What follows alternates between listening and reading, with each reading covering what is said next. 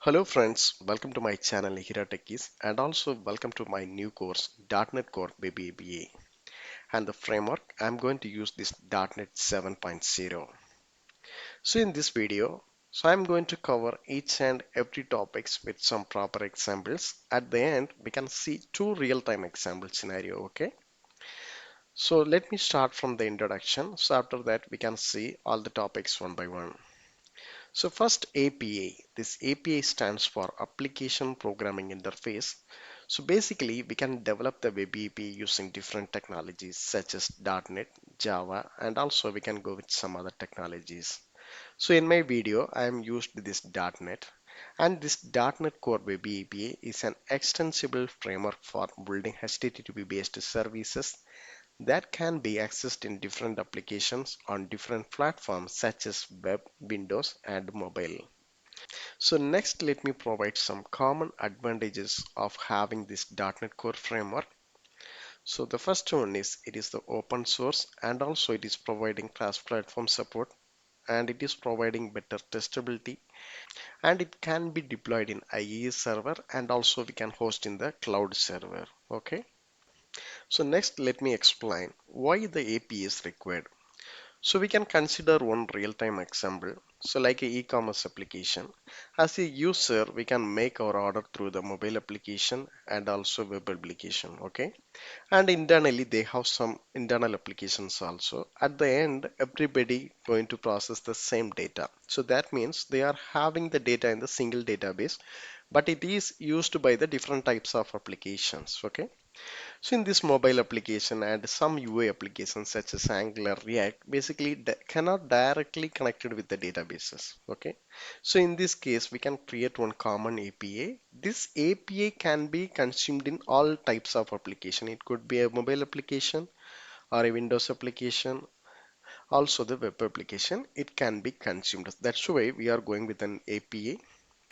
Now let me share what are the topics I'm going to cover in this video. So we can start from system requirement and software installation. So next we can create our first ASP.NET Core Web API, then discuss the application folder structure and files. Then we can see some common HTTP response and return types. Then middleware, dependency injection, entity framework core, automapper, implementing log using the serilog library,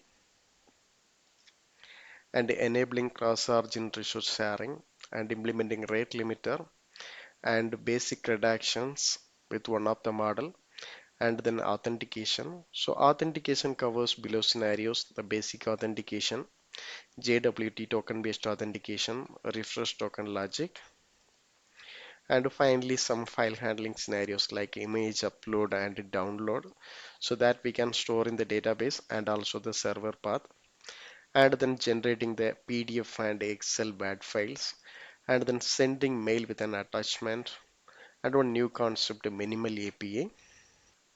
And finally, we can deploy our application in the IIS server and environmental variable handling. And then we can see two real-time examples. So the first one is creating API for user authentication, and the second one is creating API for real-time POS application. It's a kind of sales order application. So that authentication covers user registration, user login, user role-based menu access, and assigning role-based permission. Okay, these are the topics we're going to cover in this video. So let me start from the system setup and software installation. So the first one is operating system. We can use the Windows OS or else Linux and Macs. And then source editor. The recommended one is Visual Studio 2022. Otherwise, we can use this VS Code or some other source code editor also. So in this case, we may use some commands. Okay. And the next thing is we have to install this .NET SDK and this .NET runtime. For the installation, we can refer this link. Okay. Here you can see this SDK 7.0. So based on your OS, download the package and you have to install it. And the similar way, we can see this .NET Core runtime 7.0. So basically, Microsoft recommended to installing this hosting bundle because it includes .NET runtime and also the IIS support. Okay. So already I have done all the installation, and also I'm having this Visual Studio 2022. So let me open my Visual Studio 2022. Create our first .NET Core Web API application. File, new project. Here search like API and choose this template ASP.NET Core Web API. Provide our application name and choose the path. Click next and see the framework .NET 7.0. So if you want to use the lower version, you can use the 6.0 because other items are out of support. Okay. And authentication type I'm going to have is the none. Then configure for HTTPS, yes. And if require the Docker, then you have to click this one. Otherwise, we can have the existing settings. Okay. So now let me click this create button. So it will create our application. See, our application is created. Here we have one basic model weather forecast. Okay, it is having some properties. And the next one is program.cs. So basically this is used for the configuration. So here only we have included the middlewares, and we can include lot of configuration. If something want to register in the services, that also we are going to include it here. So once we started the implementation of other topics, you will know the importance of this file. And the next one is app settings.json.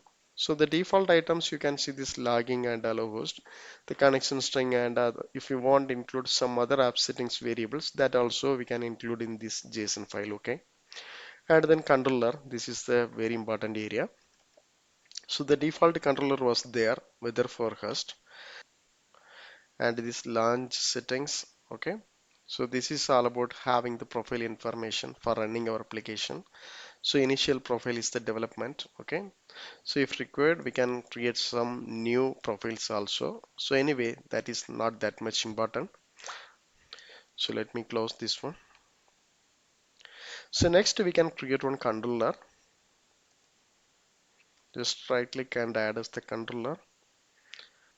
So in this API section, we can create as the empty controller. And let me provide the name as customer. Okay, our controller is created.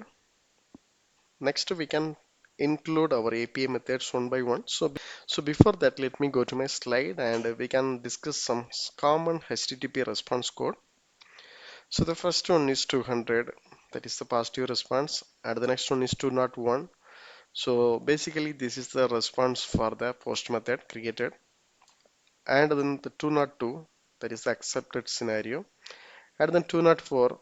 So this one also kind of the request is completed but there is no data, and then 400, it is the bad request, 401 unauthorized, 403 forbidden, and 404 not found, 423 locked, 500 internal server error, 501 not implemented, 502 bad gateway, and 503 service unavailable. Okay. I'm just explaining this because our API is an HTTP oriented service, so we should know the response code. Okay. So the next topic is middleware.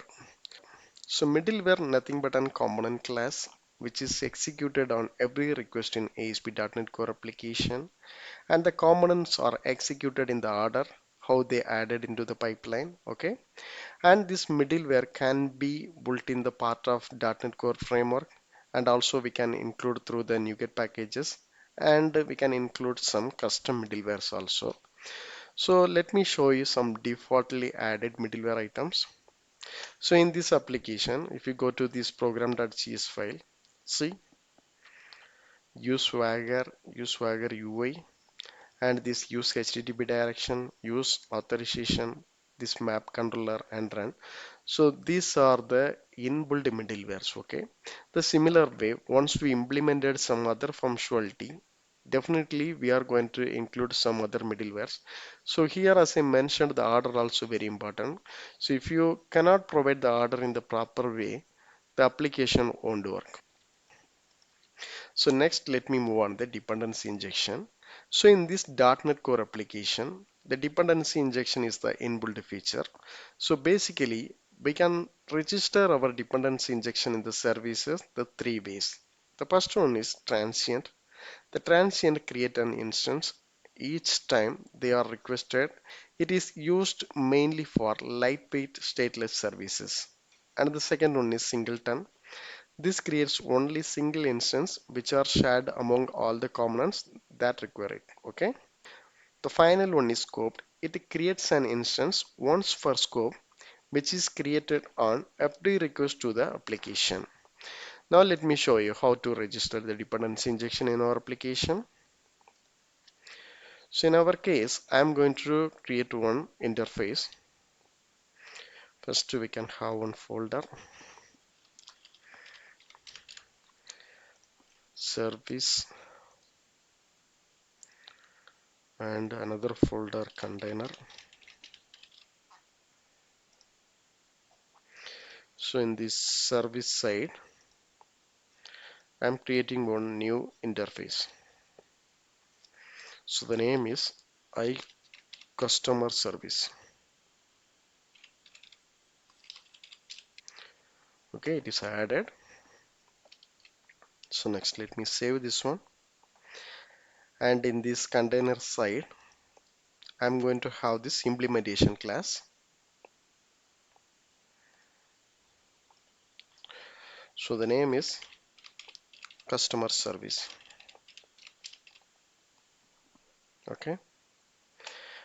And here I'm going to inherit our interface. Okay. So let me save this one. And in our controller, we can inject this service. Okay. So let me create one constructor.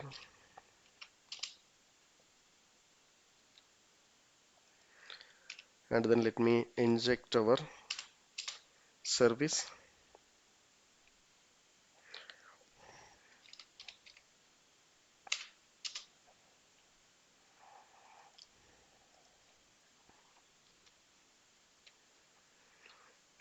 I just injected here. But if I'm run this application, basically it won't work because I'm not registered in our services. The registration we can do in our program.cs. So that's what I have mentioned. There are three ways. Okay. So this transient, singleton, scoped. So let me use this transient. So in this service side, I'm in builder.service. We can use this add transient. Okay. And first we have to mention our interface name, I customer service. The next our implementation class.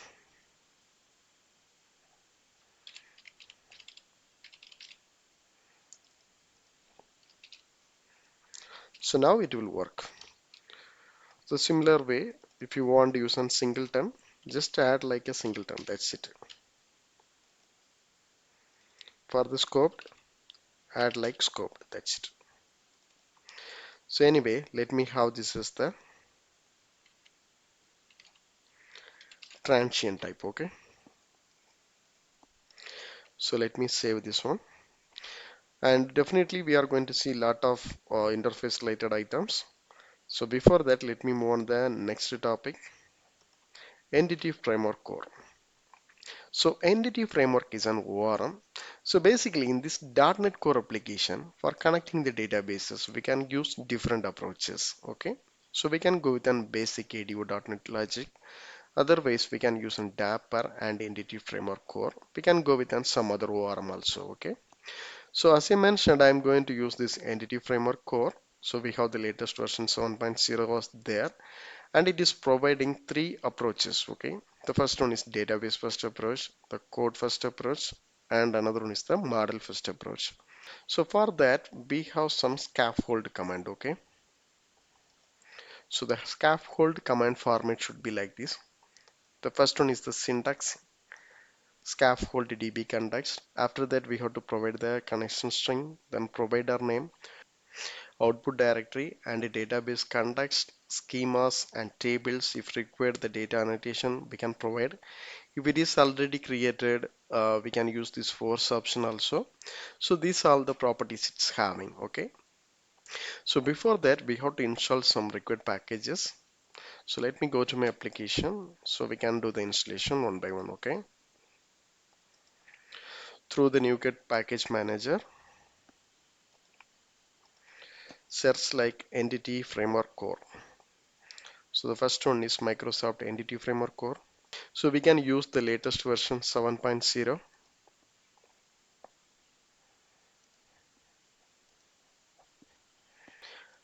And the next package is Entity Framework Core.design.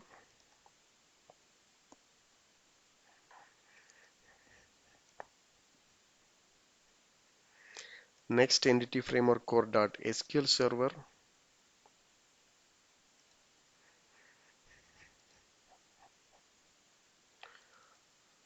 And the final one is Tools.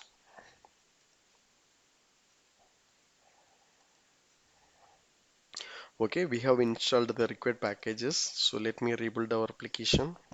See, it will restore the packages. So next, let me go to the package manager console. So there only we are going to execute our scaffold command. Okay. So I'm going to use this database, and my database name is test underscore db. Currently it's having two tables. One is the table customer and another one is the table users. Okay. I'm already having the scaffold command. So let me paste it here. See, so we discussed the syntax, right? The same way, the scaffold db context, and the next one is our connection string, then our provider, and we have this output directory, repos slash models. There only I'm going to generate all the classes. Then our database context name, land data context.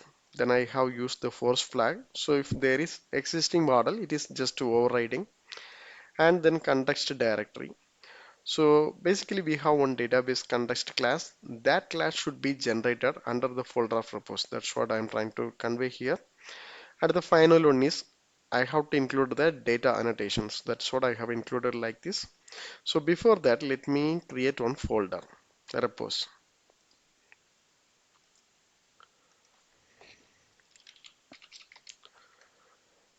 Okay, this is done. And in this console, let me execute this command. Build started and succeeded.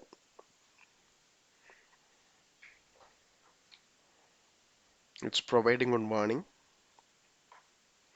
So finally, our database context and also the model classes are generated.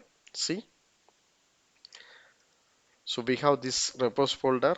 So inside the repos, we have our database context file. Then it is created one new folder, that is model. So inside that we have our model classes. Okay, we have two models. One is for table customer and another one is for the table user. And here we can see this data annotations, everything. Okay. And the next important thing is when I executed this scaffold command, we have seen one warning. Okay, that is for the connection string. The connection string initially included in our db context file itself. So that actually we have to move in our app settings.json. Okay. So here I'm going to create one more new section, connection string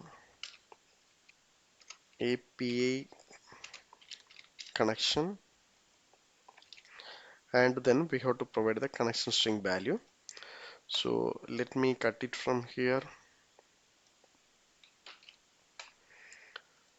and we can include it. So let me save this one, and in our db context file this override method is not required now. We can remove this one. Okay. And the next thing is, so we have our connection string in our app settings.json. So that actually we have to register it with our program.cs file. So in this service side, so let me register our database context file. So builder.services.add db context, and our database context name is land data context. Okay, and here we can use this use SQL Server. There we have to provide our connection string. Okay, for the connection string already in the app settings.json, for getting this one we can use this builder.configuration, then get connection string of. We can move this into the next line. Okay, and we have to provide the connection string name. So let me copy from our app settings. Okay, great. Our basic configuration completed for the entity framework core. So now what I'm going to do, let me create one basic get all method and we can verify whether it is working or not. Okay. So before that, first in our interface side, I'm going to declare one function list of table customer, the get all function. Okay. So now in our implementation class, so it will throw the error. We can do the implementation. And here we have to access our database. So let me create one constructor. There we can inject our database context.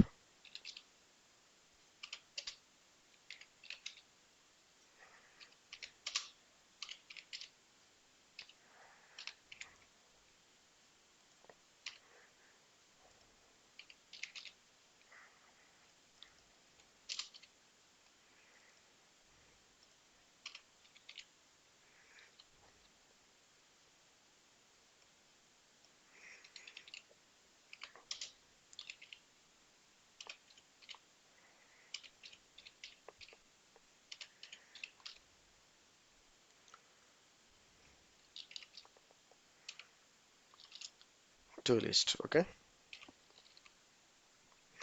Next in our customer controller side, I'm going to create one new function.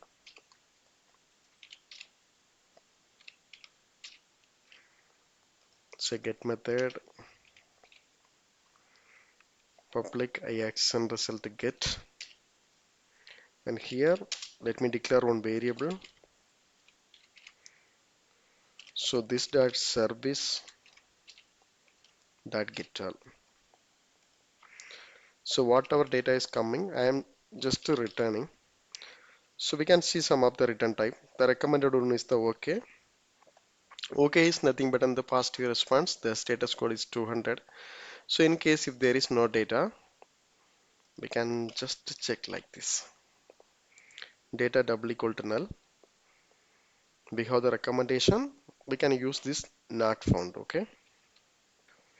So let me save this one and we can verify whether it is able to fetch the data.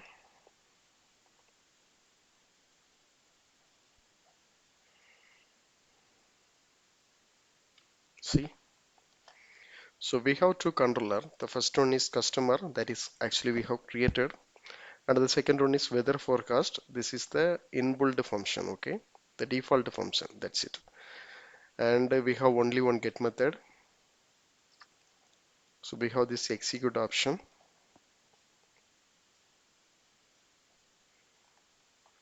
See, it is return the data. So I believe our table have the single record. So that's what it is, return the single data. So let me verify. Yeah, it is having the single data only. So that's what it is returning like this. Okay, then it is working fine and our connection is good. Okay. And the next one is automapper. So automapper is the symbol library that helps us to transform one object type into another object. So in our last example, we have one model class that is our table customer. Okay. But in some cases, if I want to include some other properties or else I want to change some property names. Okay, so I cannot directly change it here. So better approach is I have to create the separate class. Then at the same time, I'm having my data in the format of table customers. Okay, so then I have to change this object type into the newly created class object type. Okay, so in this case, we can use this auto mapper. So anyway, let me explain with a scenario. Let me have one more folder,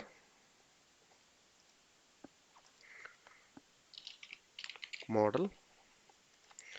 There I'm going to create one custom class, customer model.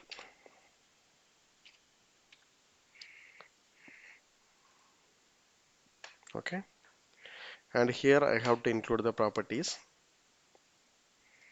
So let me take it from here. So what are the properties here I'm having? I'm including all the items. Okay, so additionally I'm going to include one more property,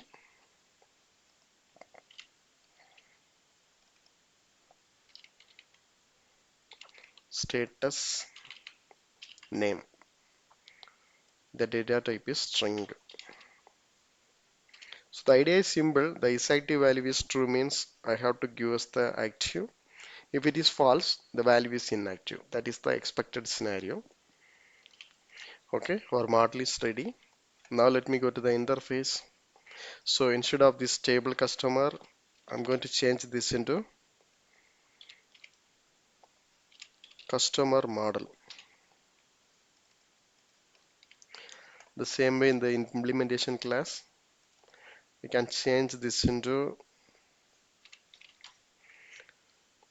customer model.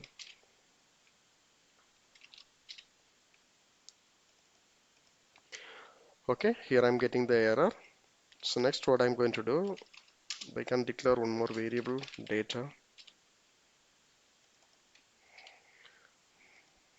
Okay, now our customer data available in the variable of underscore data. Next, let me declare one more variable,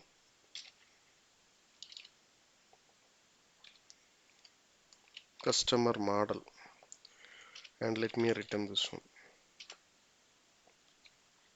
Okay, now there is no error, but the problem is we have the data in this underscore data. Okay, so basically what we can do, just to generate the for loop for this one, and whatever value is there, we can generate the new object within customer model and assign the data to underscore response. So that is the time taking process. So avoiding that only, we are come up with this auto mapper logic. For implementing the auto mapper, first let me generate one helper method.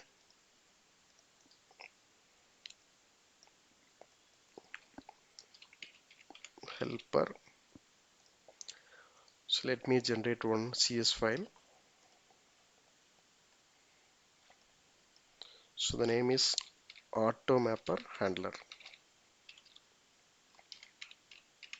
Okay, our class is ready, and next let me install the package of auto mapper. Go to the NuGet package and search like auto mapper. So the first one auto mapper, and latest version is 12.0. Okay, you can install the same thing.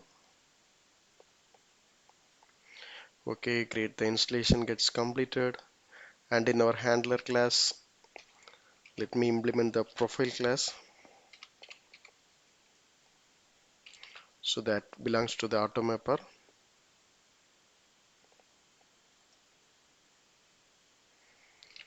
Using auto mapper. Okay, next we can have the constructor. So inside the constructor, I'm going to use this create map option. So there I'm going to provide the source and the destination classes. Here our source is table customer,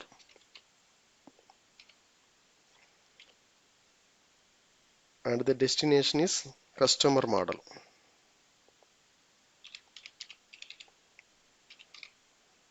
Okay, and this is fine. So basically this is just converting this table customer into customer model. But in our scenario, we have one new property, that is our status name. So in this case, what we can use this for member option, okay? The for member we are going to use for this status name only. Okay, status name. Next,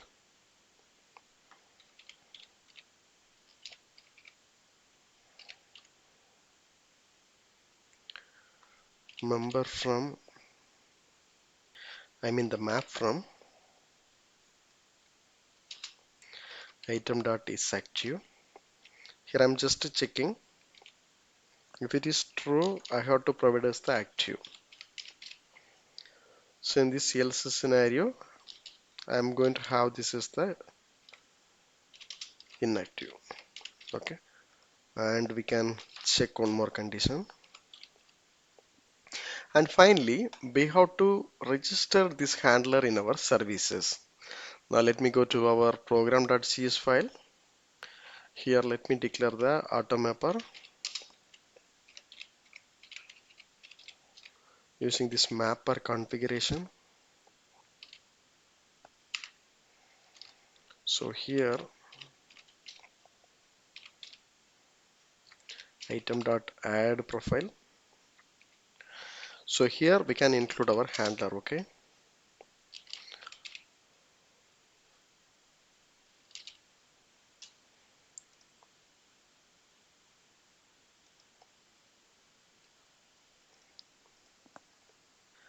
Next, initiate the imapper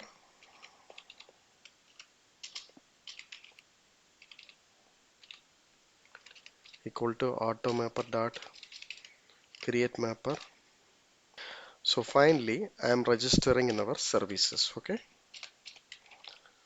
We can use this add singleton or scoped anything, okay? Next in our customer classes, inside the container, yeah. So here, what I'm going to do, first I'm checking if it is not equal to null. I'm planning to use the mapper here. So before that, let me inject the mapper here. Private read only imapper, and we can inject it here.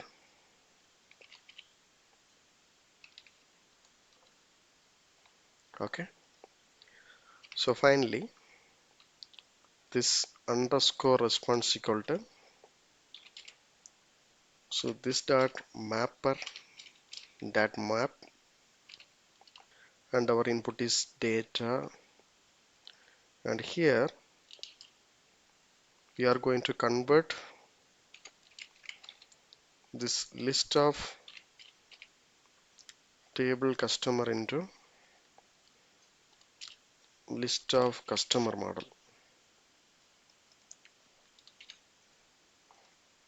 So we can save this one, okay? Now let me run the same application and we can verify it once again.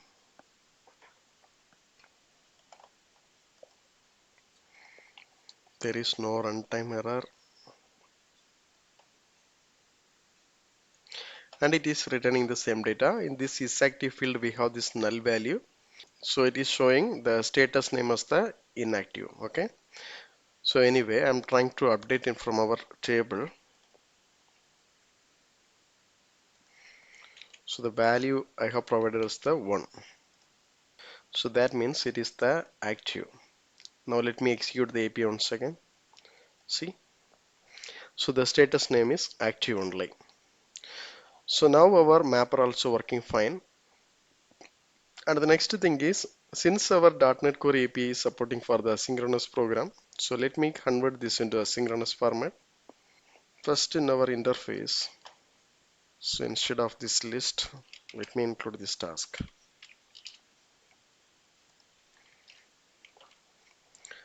The same way in our implementation class, I'm just changing this return type and asynchronous. So if you are using asynchronous, we have to use the await operator. Yeah. And instead of the to list, we can go with an to list asynchronous. Okay. And other things are same. It will work fine. And similar way in our controller side, we can change this into asynchronous. Okay.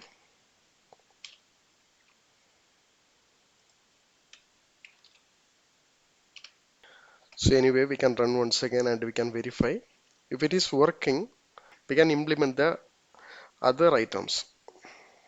Okay, this is fine. And anyway, let me run once again and we can verify. If it is working, we can implement the other methods for the CRUD actions. Okay.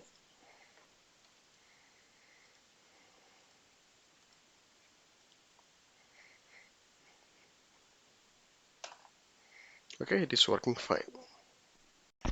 Okay, since it is working fine, let me move on the other functions. Okay. Okay, first we can initiate all of our methods in our interface. So initially we have this get all method. The next one is get by code.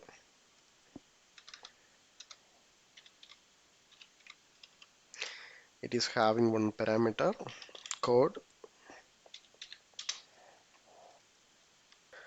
and the next one is remove.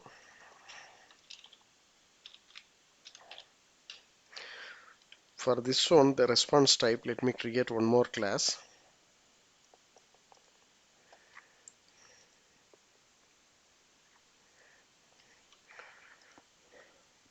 Here I am going to declare three properties.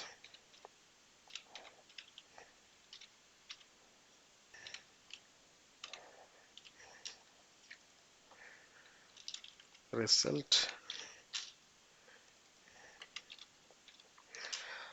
So if it is the positive response, we can provide some values. And the next one is error message. So the idea is very simple. We are returning the response code, and the positive scenario, we can provide some messages, or else we can return the code or something. So if there is any error, we are just returning the error information. Okay, that's it.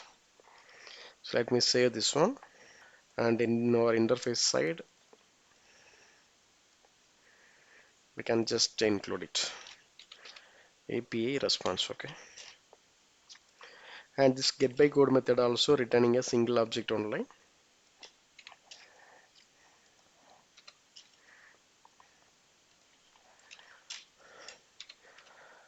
And the fourth one is create record, that is the post method, and the input is the customer model only. Okay.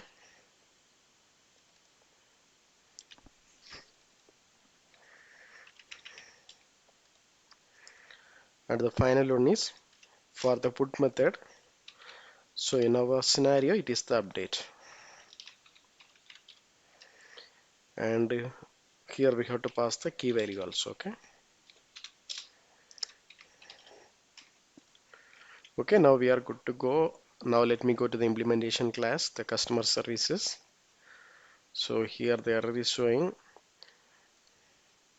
So we can implement all the methods. Okay. Now we have the dummy implementation, so we don't have any error. First we can start from this get by code method. So whatever code I have included in this get all function, so let me copy everything and include it here. And the initial, it should be an object. And instead of this to list asynchronous, I am going to provide find asynchronous. Okay. And let me include it. And since it is the asynchronous method, so we can include the asynchronous. And we are checking if it is not equal to null. I'm just converting into the customer model object. Okay. Okay, this is fine. So anyway, our mapper will work for the individual object and also the list. So the next one is our post method. So here what I'm going to do first, let me include the try and catch flag,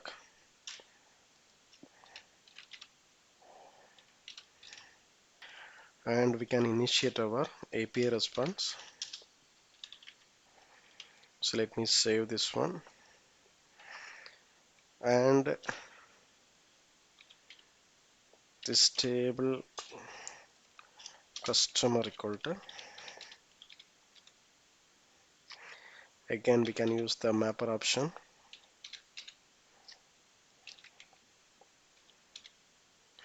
So now we are getting the input as customer model. I am trying to convert this into table customer. So in this case, we have one small change in our handler also, I mean our mapper handler. So as per the concept, we are just converting table customer to customer model. So if you want to do in the reverse manner, you can include like reverse map. Okay, that's it. Now let me go to our customer service. So now our source is customer model, and the destination is table customer, and input is our data. That's it. Then in this table we can add this object. That's it.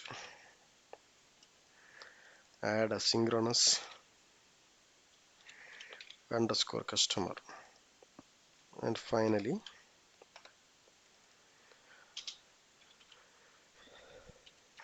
save changes asynchronous. Okay, fine. So anyway, our response type is this API response. So since it is the positive scenario, we can use our response code is 201 for the created, and the result. So in our scenario, we are passing the code as input, but in some cases the code is the auto generate value. So then we can return this one. Okay. So anyway, let me return our code. So the same way for the error scenario, we can provide the response code is 400, and the result should be empty, and error message we can provide like this exception dot message. That's it. So finally we can return this response. Okay. Okay, now we have completed our create function. So let me copy the same code.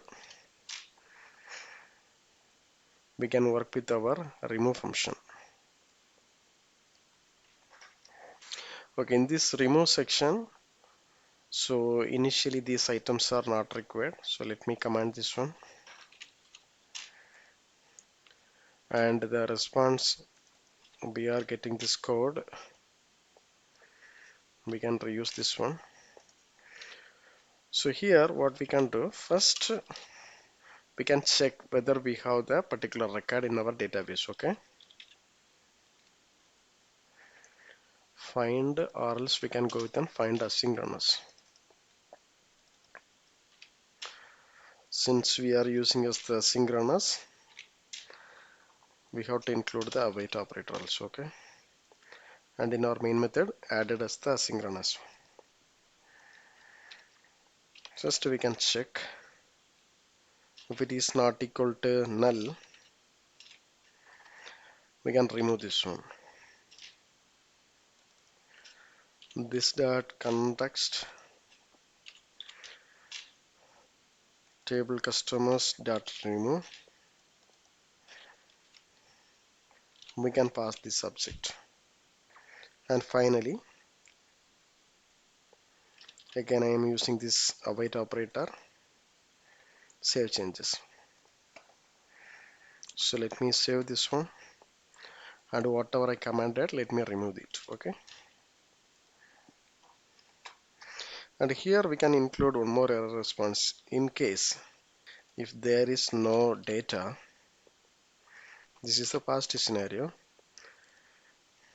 the response code also 200 if there is no data. Okay, so we can provide 404, and in this error message let me provide like custom error message, data not found. And the final one is update method.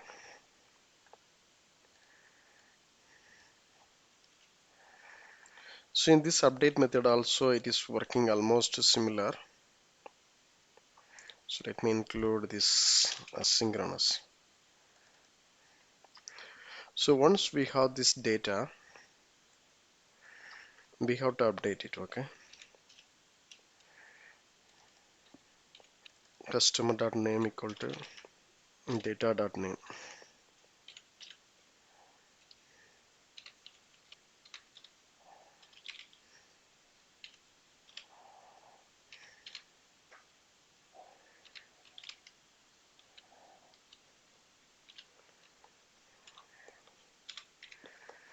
So let me save this one.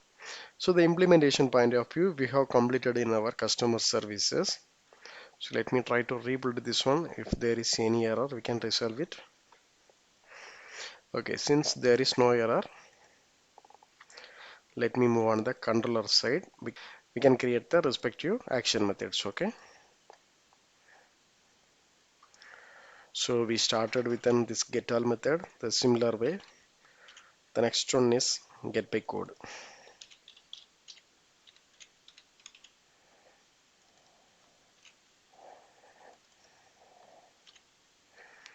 and it is having the parameter a string code, and instead of get all we can use this get by code. So let me save this one, and the next one is post method.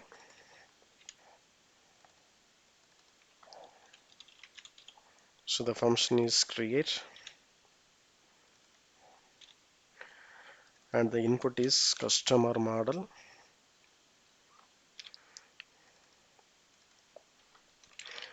and the data. Okay, and here it is the create function, then underscore data. So in this case there is no data found, we can directly return this one. And the similar way we can have this put method. It is the update. This update method have one more parameter,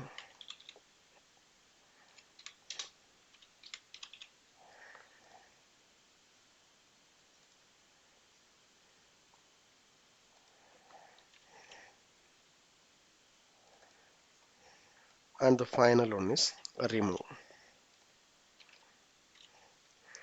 The method type is delete.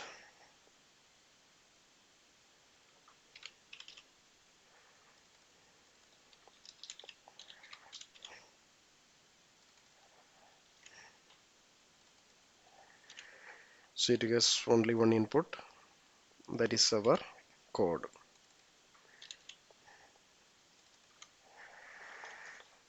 So let me save this one, and we can run our application and verify all the methods one by one. Okay,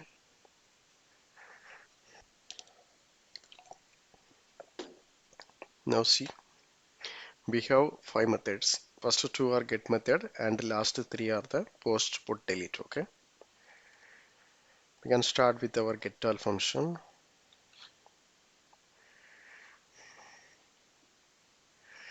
So it is returning some records. Next in our post method, so we have this input offset. So let me provide the code as 002 and some phone number. Credit limit I am providing 100 and is active is true. So the status name is it is not required. So since if we have also fine. So now let me try to click this one.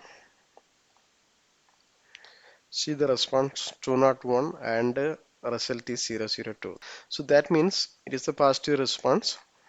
So let me execute our getAll method and we can verify. See, the new record is created. Okay.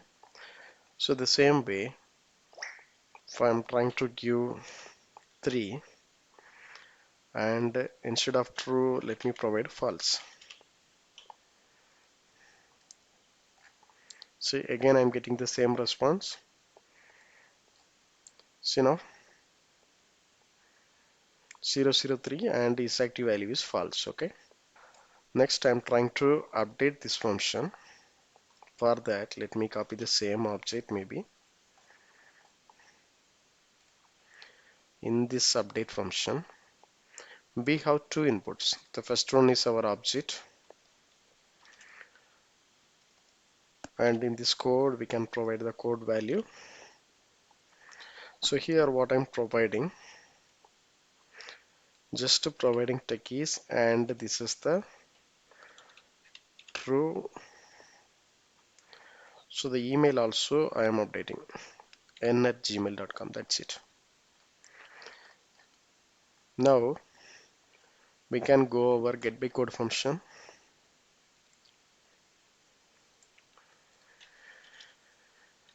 Zero zero three. See. So if I'm providing 002 and 004, actually I don't have one record. See the response. Okay, actually I'm getting the empty. So the reason is in the service I have declared the empty object. So if there is a data, I'm just assigning. If there is no data, I'm not going to worry. That's what I'm getting, this empty object. Anyway, it is fine. And finally we can verify our remove method. Okay, 003.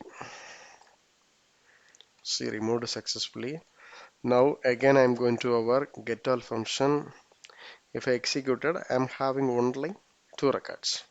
Okay, so even if I'm trying to delete this one, see, and in case if I'm trying to some other records, see, I'm getting the 404. The data is not found because I'm trying to delete the record, the code with the true, but unfortunately we don't have the records. That's what I'm getting the response like this. So that means our CRUD actions also working fine. So next we can move on the logging part, implementing log using the serilog library. Okay, the steps are very simple. First we have to define the log path in our app settings file.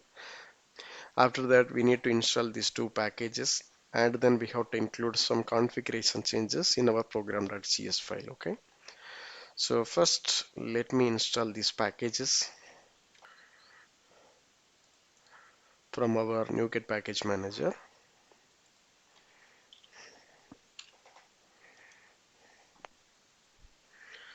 So we have to install this package. The latest version is 6.1. That is the available one. We can use it. So after that, this serilog syncs.file.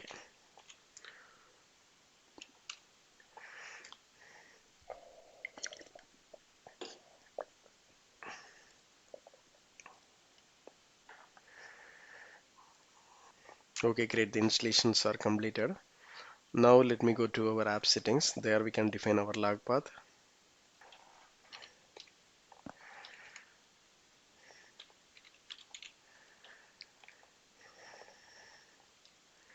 Here I'm just providing the value like this.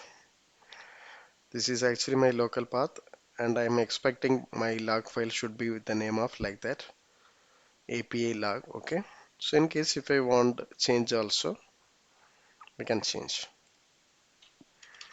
Just log.txt, that is fine. So let me save this one, and in our program.cs file, so first here we can get the log path.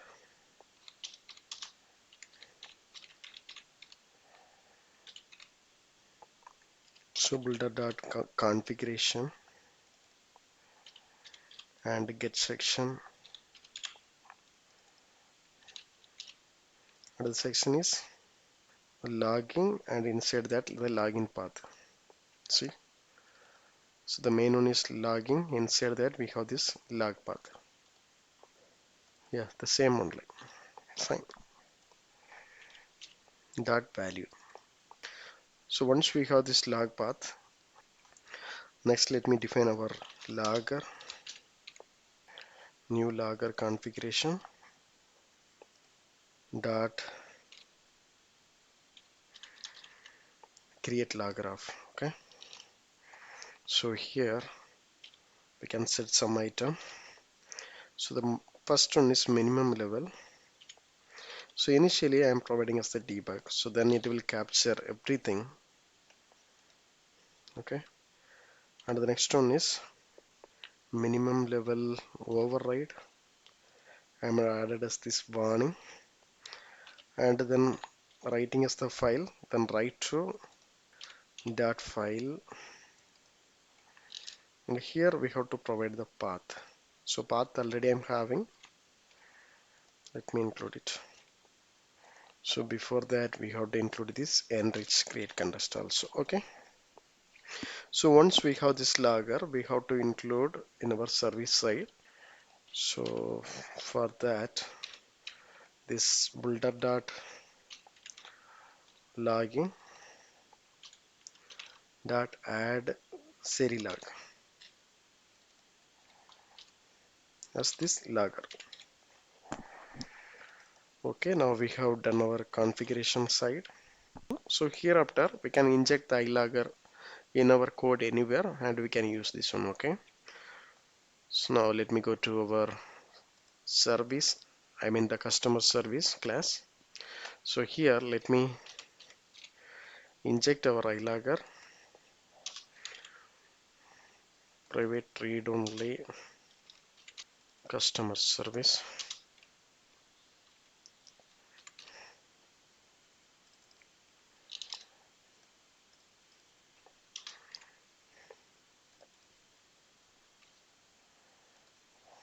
So next in our function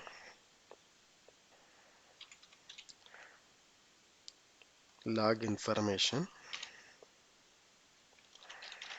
create begins. Okay, so we have to include it in the double quotes,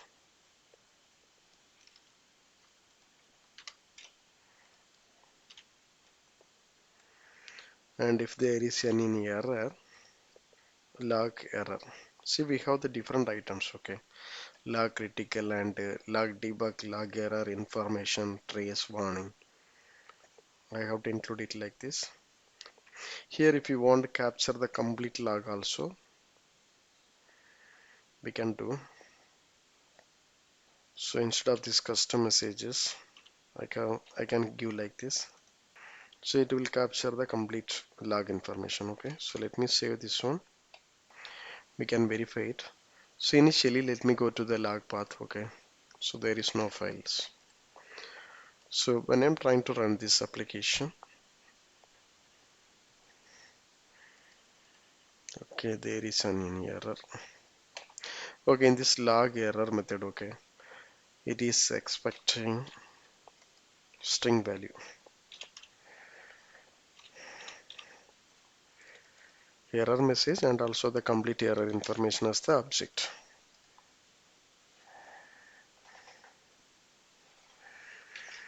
So if I'm checking in this log path, see, here we have lot of items. Okay, and if I'm trying to execute our create method, just executing because all are having some default value, string is 0 something.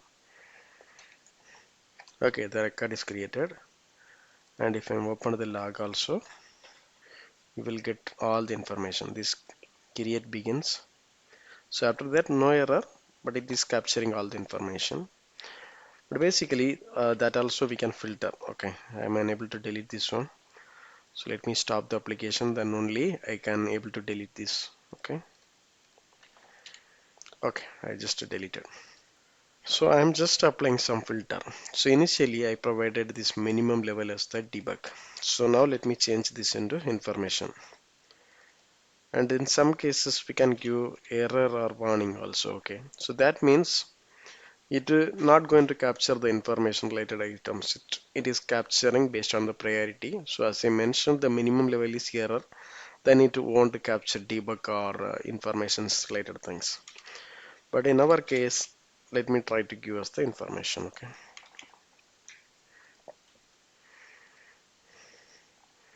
again I am trying to give the same data. So, okay, see, I am getting this 400. I am getting the error, an error occurred while saving the data. So the reason I am providing this code as the string, already we have the data, that's what the error is coming. And now if I'm check the log, primary key violation and other details, and in this log also we can see the information level, it is there, and error also there. Other information, it is not available. So in this way we can apply the filtering also. Okay, okay, this is fine. And next let me move on. Enable cars.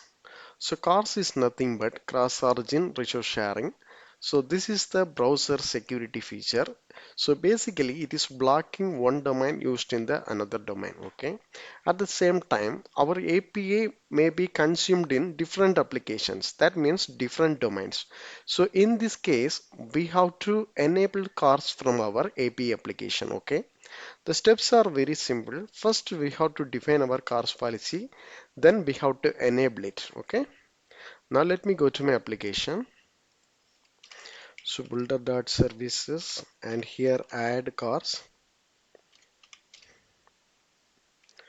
add policy, and first we have to provide the policy name, and next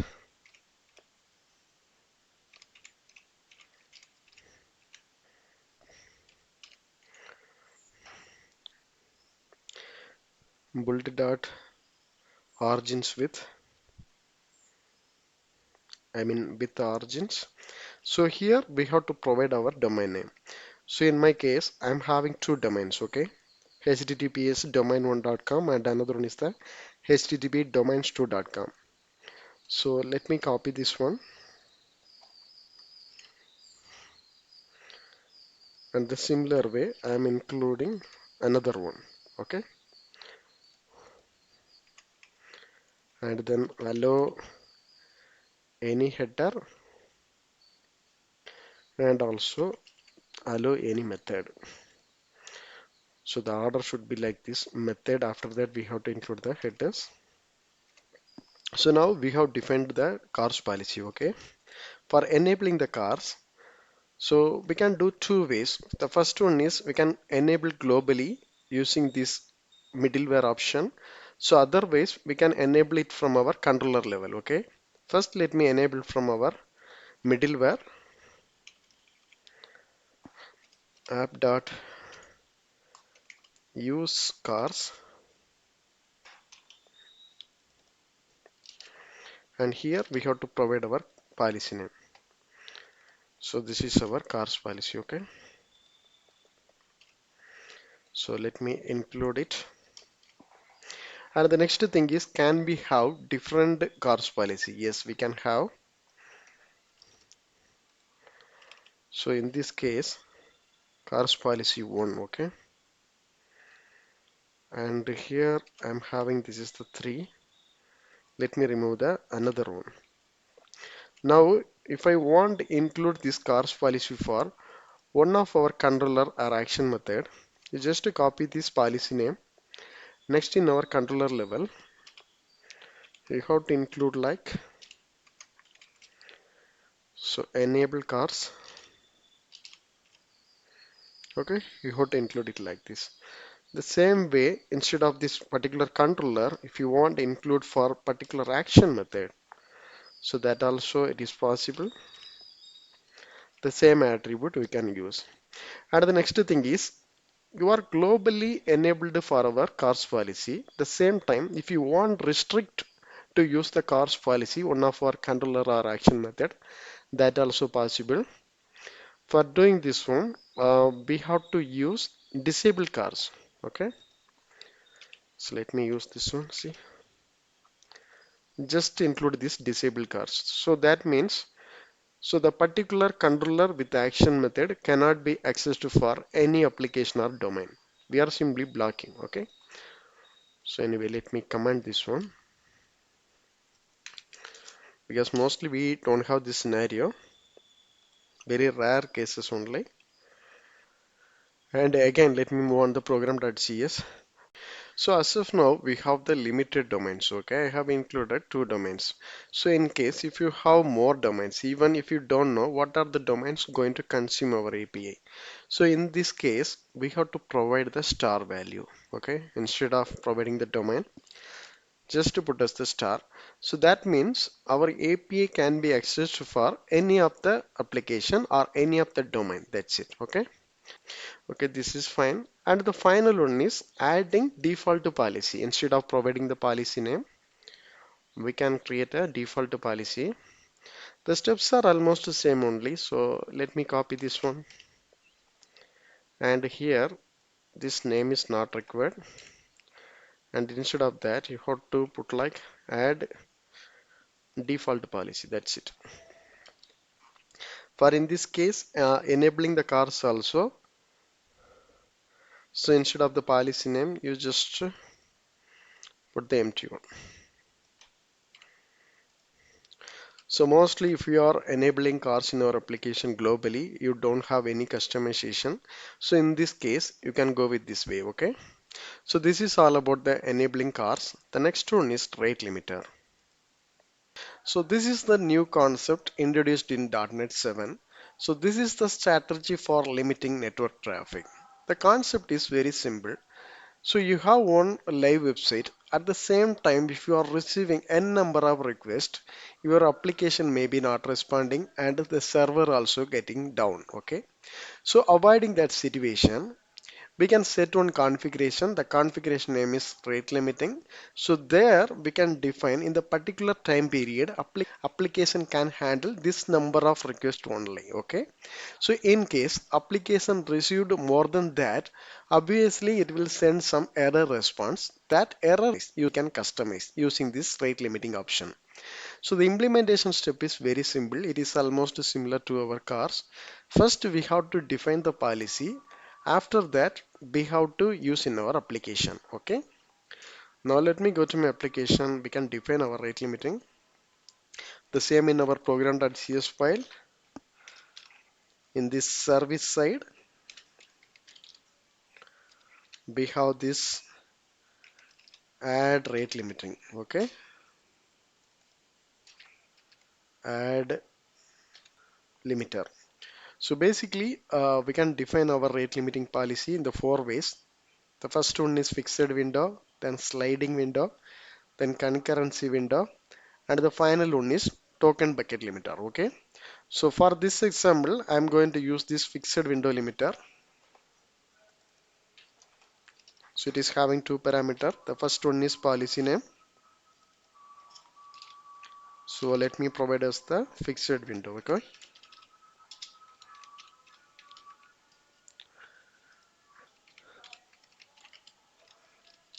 so here we can provide the values. The first one is window. So let me provide 10 seconds. From seconds, I'm just providing 10 seconds. So the parameter limit 1 and the another one is queue limit. So let me provide 1 and then processing order. Queue processing order.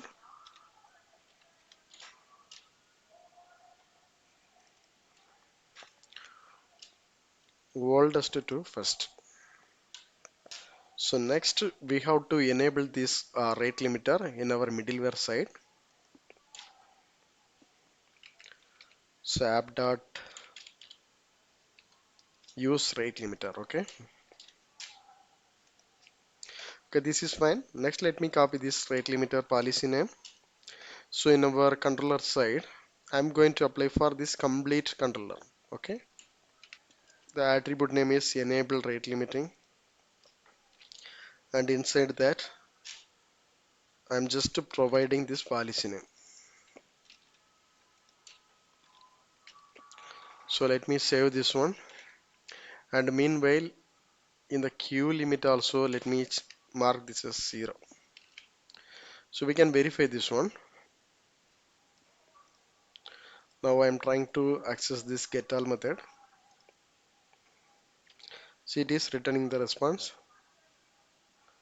If I am giving request instantly, see, I am getting the response status is 503 because so in this time period I am in the window. I have allowed only one request from our program.cs file. Yeah. So if I'm giving more than one request, obviously I'm getting this error. See, if I'm clicking, I'm getting the data. If I'm trying the next time, I'm getting the 503. After 10 seconds, if I'm trying once again, so continuously I'm getting the error only. Maybe after the 10 seconds, I'm able to get the data. The reason is once the window is completed, it will reset the window. So in order to, it will handle the new request. Okay. See, it is working fine. And the next scenario is I have just applied this rate limiting for the complete controller. Okay. The same thing we can apply for the individual action methods also. And one more scenario, like if I'm applying like this, so what are the action methods available in the particular controller? So the rate limiting concept is applied. Here, if I want remove this rate limiting for one of the action method, we have disabled rate limiting option. So that also a kind of attribute only. So we can apply for this get by code. Okay. Disable rate limiting.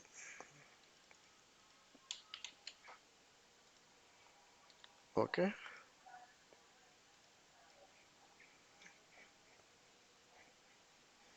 First the getAll method returning the data. So let me copy this code. If I'm give the request once again, see I'm getting this error response. At the same time, this get by code function, I'm giving this ID. See I'm getting the records. I'm trying multiple times. It is not throwing the error. The reason is we have disabled this rate limiting configuration for this particular get by code action method. Okay, that is the reason. And the error also we are receiving 503, I believe. Yeah. So if you want to change the response code, that also it is possible. From our program.cs file. So in this rate limiter, we have to include the rejection status code. Okay. See. So if I'm providing 401, so hereafter we will get the error code as 401. Okay. So we can run and verify it. Okay. Let me execute the same function. So initially I'm getting the value. So if I'm trying the next time within the 10 seconds, see the status is 401. Okay. So in this way our rate limiter is working. Next, let me move on authentication. Authentication is the process of validating user identity. Similarly, the authorization is the process of providing accessibility or permission to access the secured resources. In our web API also we have this authentication concept. It is used to protect our application data from the unauthorized access. Next, we can see what are the ways we can implement the authentication. We have several types like a basic authentication, token-based authentication, OAuth, and APA key, etc. So in this video, I am going to explain the basic authentication and also the JWT authentication. So next, let me move on the basic authentication. So the basic authentication concept is very simple. So whenever you are requesting one of the resources, you have to send username and password in the encoded formatter through our authorization header. So once the request is received, the system will validate the username and password. If it is valid, it will allow to access our resource. Otherwise, it will return the unauthorized error. That's all about the concept here. So now let me start the implementation in our application. So the first step is we have to create one handler. So handler is nothing but on CS class only. I'm going to provide the name is basic authentication handler. Here I'm going to implement the class is authentication handler, and here we have to use this authentication scheme options. So now it is showing the error. See the potential fix. We have to generate the constructor like this. So if you noted here, we have this I option monitors and this I logger factory, URL encoder and I system clock. So these all the things was there. Still I am having the error. So let me see. Yeah, we have to implement this handle authentication asynchronous also. Okay, the exception got resolved. So let me save this one. And here I am going to inject our database context also.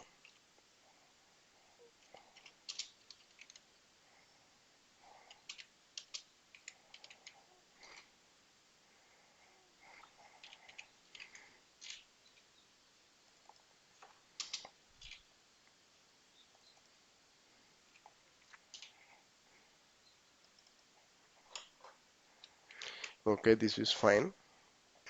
Okay, great. We have initiated our handler. Next, we have to focus on the implementation part. Okay, so for that, we need a database. So already I'm having one database. So if you noted here, I'm having this table user. The same table we can use it here. So let me check the columns. This is the structure is very simple. Okay, the code is nothing but our username, the name, email, phone, password is active. I'm going to include one more field. I'm going to provide role. So let me save this one.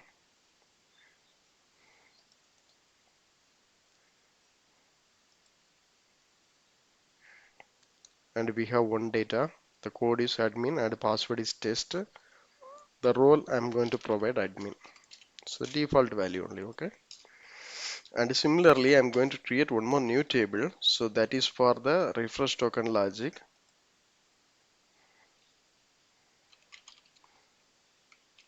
User ID,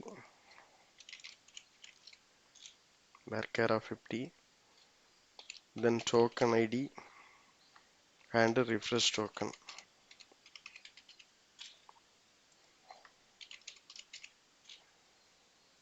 So let me have this. The data type is max. So this is the primary key field.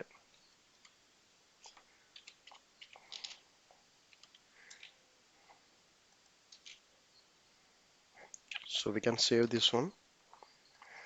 Next in our application, we have to generate the models.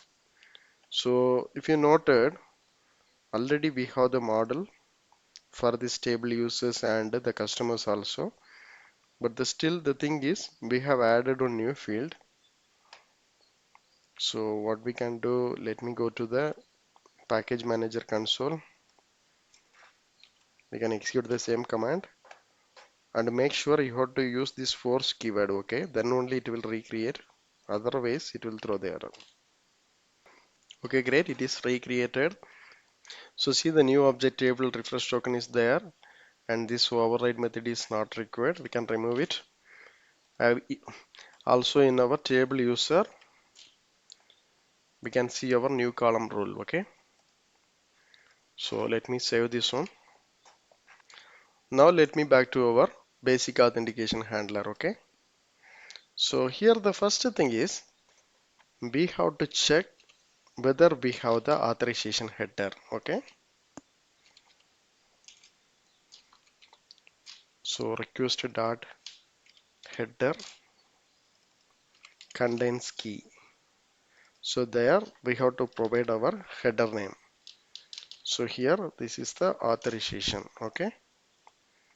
And if it is the scenario, we have to return the error response. Authentication result dot fail,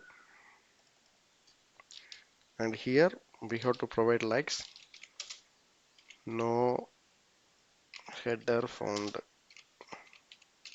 and also we can change this function into asynchronous one. Okay, and in this positive scenario we have to do our implementation. So the positive scenario, as I said, we will get the combination of username password in the encoded format. So first we can get the header value. Okay,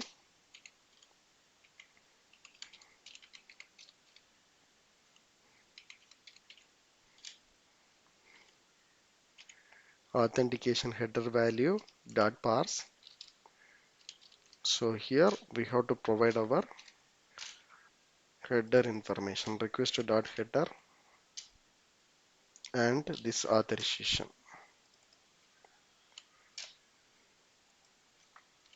So once we have this data, we can check the null condition. So after that, we can convert into byte. So the initial data should be like a base64 format. From base64,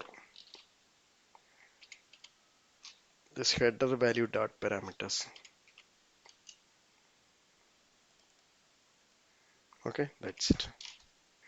So from the bytes, we can get our credentials.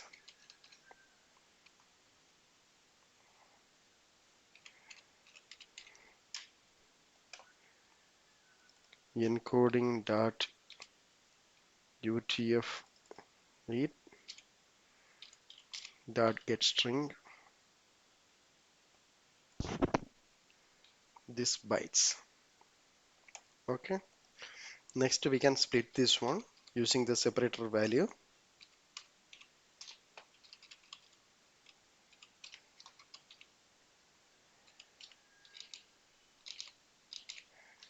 I'm going to use this symbol. So now we have our username and password. Okay, so here the username is array of 0. So similarly, the password equal to array of 1. Okay, so once we have the credentials, we can check against our databases. Where user equal to, so already we have the database context, and our table is table users, find asynchronous, or else we can use the first or default asynchronous. Okay, because we have to check with username and password. First, the code is nothing but our username only, and next password. Next I'm going to have the null check. Okay, once the user is validated, we have to create the authentication ticket. For that I am having some code is handy, so let me include it here. So just 4 lines. First I am initiating our climb using this climb class. So here the climb type's name was there. So here I'm going to provide our identity value. Identity is nothing but our username. Database point of view, this is the code. Okay, oh, it is not coming. Yeah, we have to use this. Wait. Okay, so exception got resolved. So this is the code only. So once we have the claims, we are adding this into the identity using this claim identity. So after that we are creating our principal. So finally using this authentication ticket class, we are generating our tickets. Okay, at the end we can return using the positive authentication response. Return authentication result dot success. So here we can return our token. Okay, this is the positive scenario. So in this error scenario, I mean the invalid scenario, we have to return the unauthorized code. Okay, so for that already we have the failed response. Yeah, So the text we can provide as the unauthorized.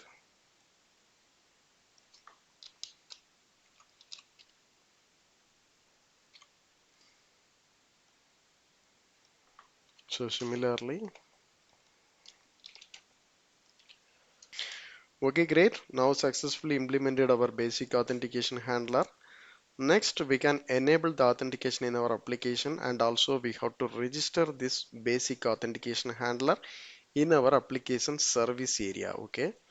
For that, let me go to our program.cs file, and in the service side, builder.service.add authentication, and authentication name is basic authentication. Next, we have to include the schema, authentication schema options,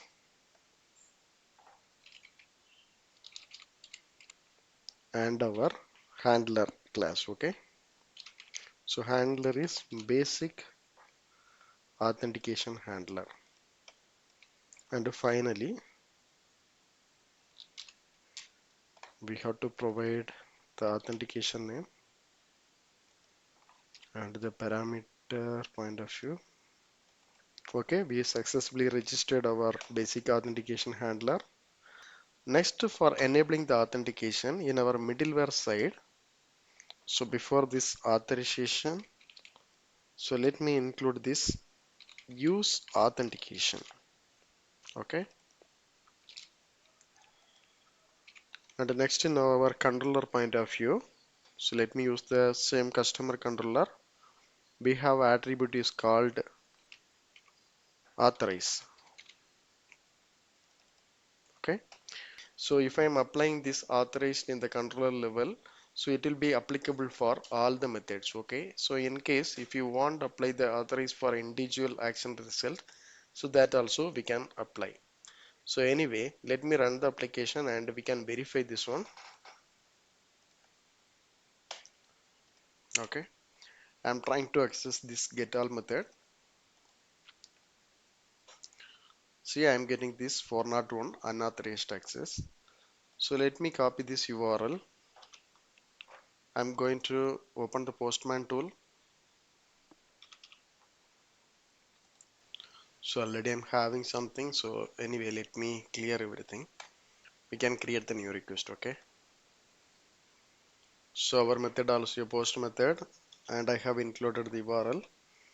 Now I am trying to access this one. So here also I am getting the same 401 unauthorized error. Okay. So next what I'm going to do in this header side, I'm going to include the authorization header. Okay, it's not a auth, it is the authorization. And our authentication type is basic authentication. So we have to provide this one basic. So after that, we have to provide our username and password in the encoded format. For the encoding, let me go to the browser. Here I'm going to search like base64 encode. So in the first link, so here I'm going to provide our username and password. So that is available in our database.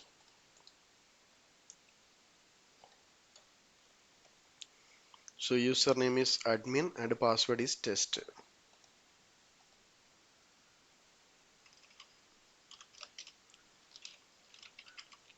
The separator I am using this symbol. So let me click this encode. It will generate some value. In our postman tool, I'm just including this base64 encoded value. Okay. Okay, still I'm getting the error. So let me put the breakpoint here in our authentication handler.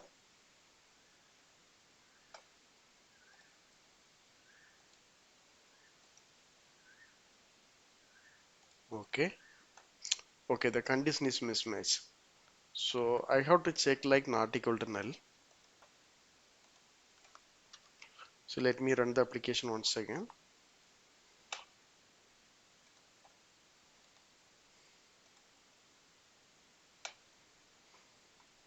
Okay, I created the new request. See the data in our array or else in the credential. So admin and the test. Okay, so that means whatever value we given, so the same value we are able to extract. See the response, we are getting the information. That means our concept is working fine. Okay, so in case if I am providing some invalid data,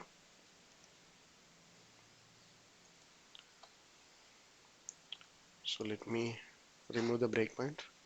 See, we are getting the error because it is not the valid one. Okay, so now I'm having the scenario. So in this particular controller, I have to apply the authentication for all the methods except this getAll. Okay, so in this scenario, we can include the attribute is allow anonymous. So then it is not the secured one. Okay, it's just like an open API. So we can run it once again. We can use the same getAll method. So I opened the new tab. Here I am not provided any header value for the authentication. See, still it is working fine. At the same time, if I am trying to access the get by code function,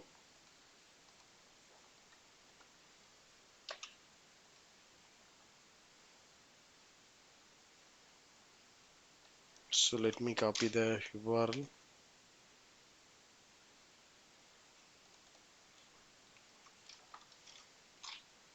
So the code we can use 002. Okay,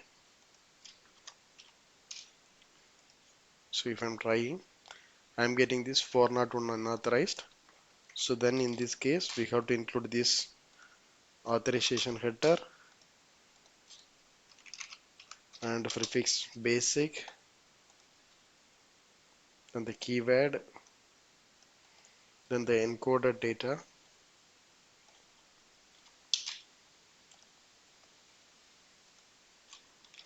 It should have like this. Okay, so let me execute once again. See, now it is working fine, our get by code method. Okay, this is all about the basic authentication.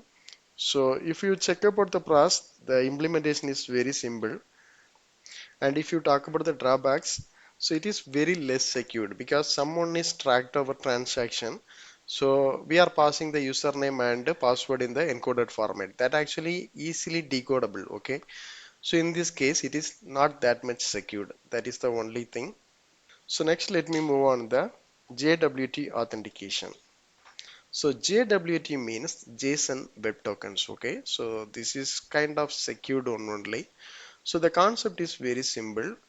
So we are not going to send username password for every time. So instead of that, we have one more separate method for generating the token. So there only we are going to send our credentials. So first the system will validate our credentials. If it is valid, it will create one token. Okay. So while creating the token itself, there we can define the expiration time also. Whenever user trying to access any of the resources, they have to send this token only. So system will validate the token. If it is valid, then it will check the expiration time. So still it is having the validity. System allowed to access our resources. That's all about the concept. Now let me start the implementation.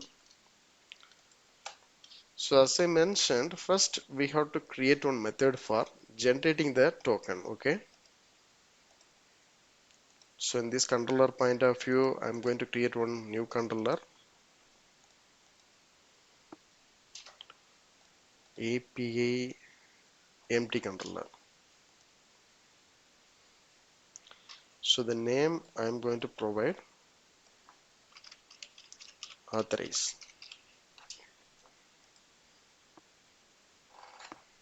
And here we can have the constructor.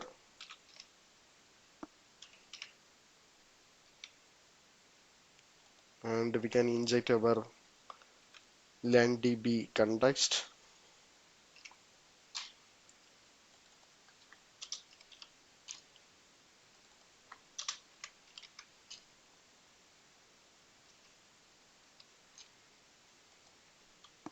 Next, I'm going to create one action method,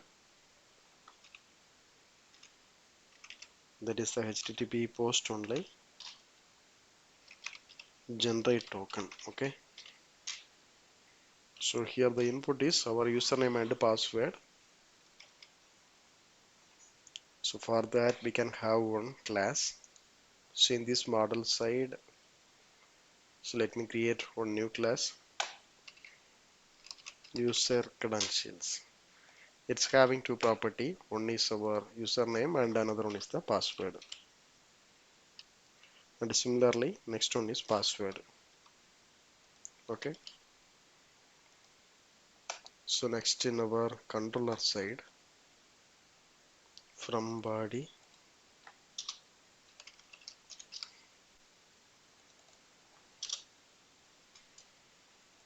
and user credentials. So defaultly I'm going to return okay, empty, and let me mark this action method also asynchronous one. Next, for the implementation, so we have the input is our user credentials like username and password. So we have to check with our database. So already in our basic authentication handler, we have done the same thing. So let me copy everything. We can include in our controller side. Okay. So instead of the username, we can put like user credential dot username. Similarly, the password.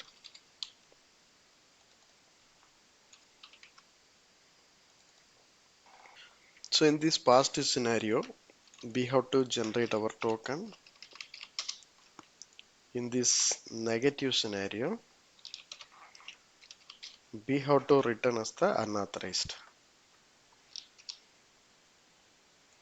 Okay. So next we can generate the token here. So for that we have one secured key. Okay. So that we supposed to define in our app settings.json. So here let me add JWT settings. So in this area we have one object like a security key. So I'm going to provide one default value. This is my API key. Okay, so let me save this one, and we can generate one more class for extracting this information. So in this model, let me add one more class, JWT settings. So there we can include this security key.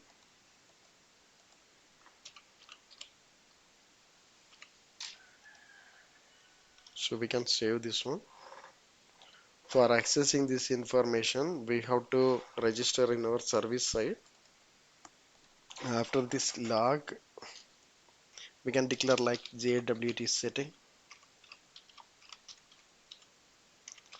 So builder dot configuration get section, and our section name is JWT settings only.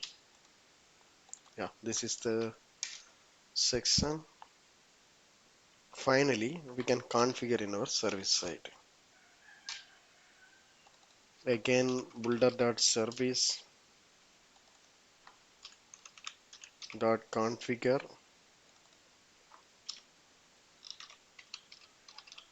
JWT settings class, and here we have to pass this JWT settings. Okay, so let me save this one. And in our controller side, I mean our authorized controller, We can inject our JWT settings class.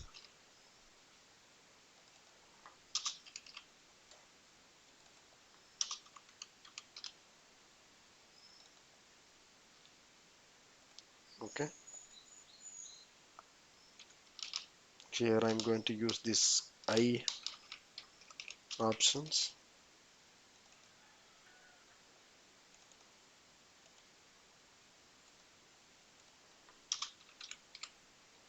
Options.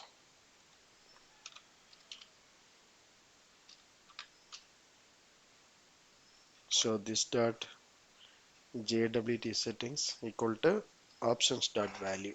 Okay.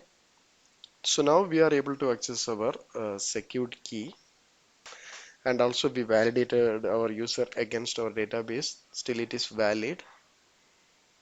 For generating the token, first let me initiate our token handler. Okay.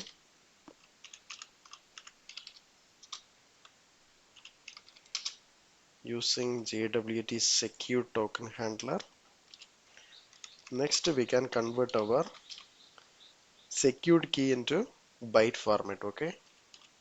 So let me provide the name as token key encoding get bytes. So here we have to pass our secured key.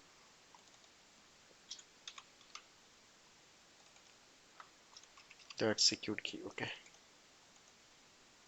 Next, let me initiate our token descriptor.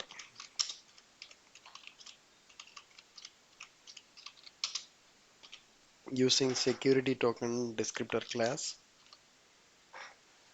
So here we have to provide three parameters. The first one is subject, that we can provide using this claim identity. So here we can provide the new claims. Okay.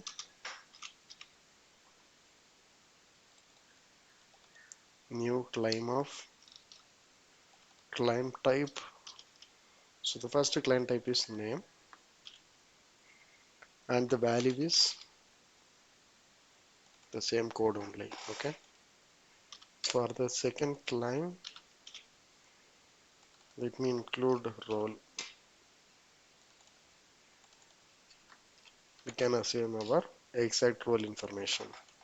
Okay. So the subject is fine. So next we have to include the expiration time. So expires. So instead of add one day, I am going to use add seconds. So let me provide 30 seconds. Can save this one. And the final one is signing credentials. Signing credential equal to new signing credentials. And here we have to pass this symmetric security key. So inside that we can use our token key. So this is nothing but our security key that actually converted into bytes. That's it. And it is having one more parameter, that is our security algorithm Hamsa 256. That's it. So once we have the token descriptor, we can generate our token.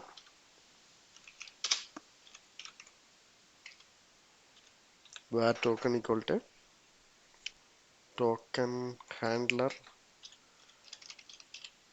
dot create token. So here we have to pass our token descriptor.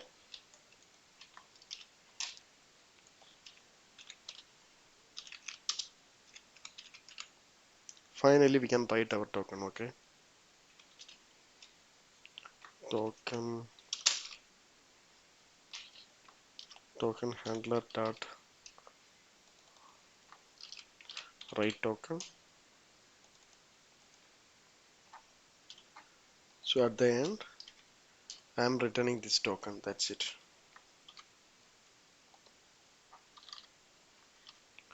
So let me run this application and we can verify whether it is generating the token or not.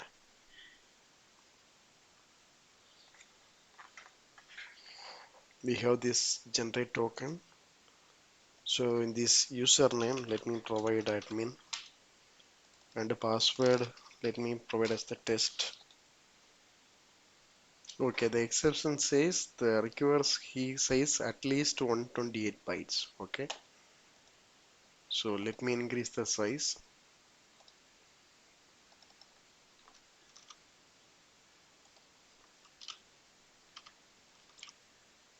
So we can run it once again.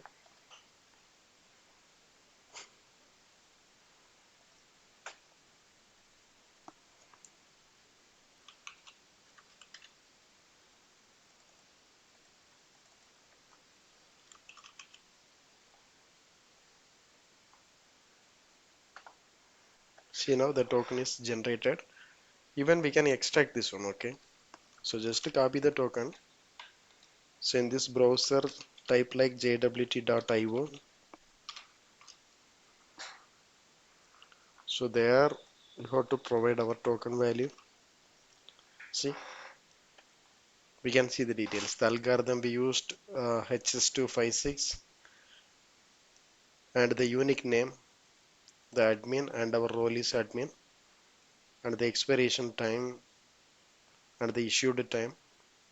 And we can see all the information. Okay. So the next thing is we have to enable our authentication for this JWT token. So as of now, we just implemented for the basic authentication. For enabling JWT authentication, let me go to our program.cs. So here already I have added this basic authentication, right? So since I'm planning to enabling the JWT authentication, so let me command this one, okay? Because we have to follow any one of the approach only. For enabling JWT authentication, I'm going to use the JWT behavior. So let me install the package first from our NuGet package manager. Just type like a JWT. So this is the package Microsoft ASP.NET Core Authentication .jwt barrier. Okay, so we can install the latest version.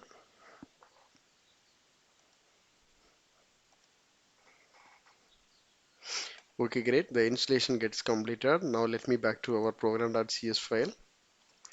Again, builder.services, add authentication. So item.default authentication scheme equal to JWT barrier default authentication scheme. So similarly, item.default challenging scheme. So that also have the same value. Okay. And finally, we can add JWT behavior. So here the first one is item.require HTTP metadata equal to true. And next item.save token, that also true. And then token validation parameters.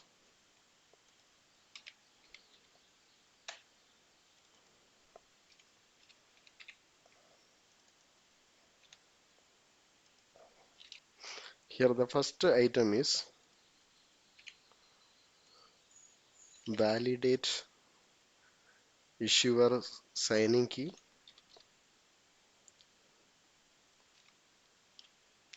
true.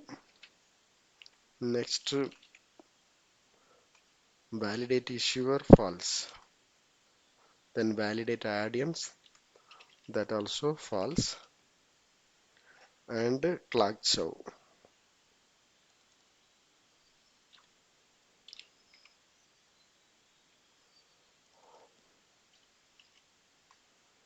So why I am setting this property means uh, it's having some default expiration time. Okay, I believe it is the 5 minutes. So if you are providing the expiration time less than 5 minutes, like a 1 minute or 2 minutes, it won't consider. Even your token expired also, it will work up to the 5 minutes. So, but your requirement may be exactly it should be expired within 1 or 2 minutes. Okay. So then we have to provide the capture value is times minus 0. Okay. That's what I have provided like this. Let me format this one. Okay.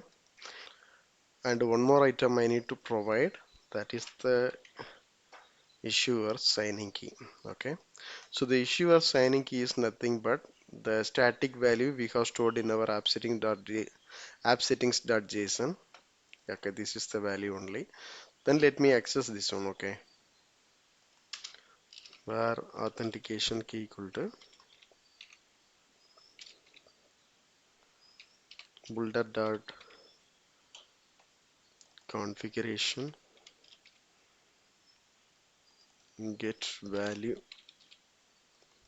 So this is the main item.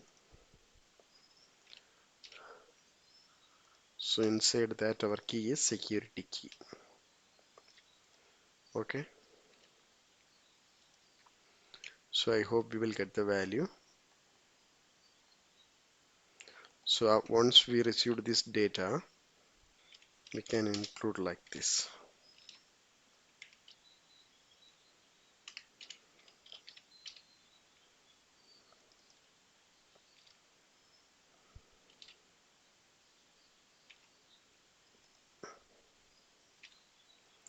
Okay, this is fine. Now we have registered this JWT authentication in our services for enabling the authentication. So that already we have done. So this use authentication and the attribute also same.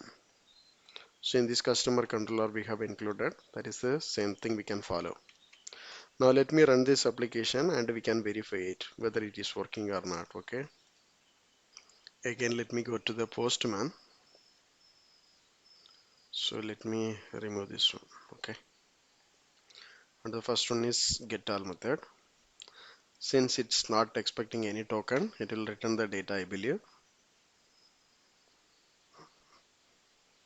Yeah, it is working.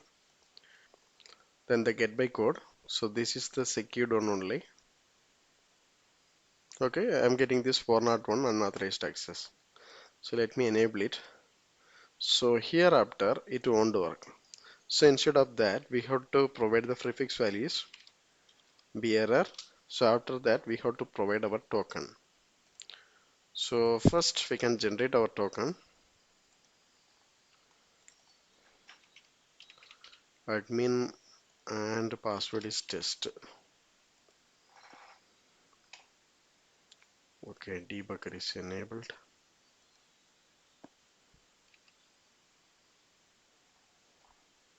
Okay, our token is generated.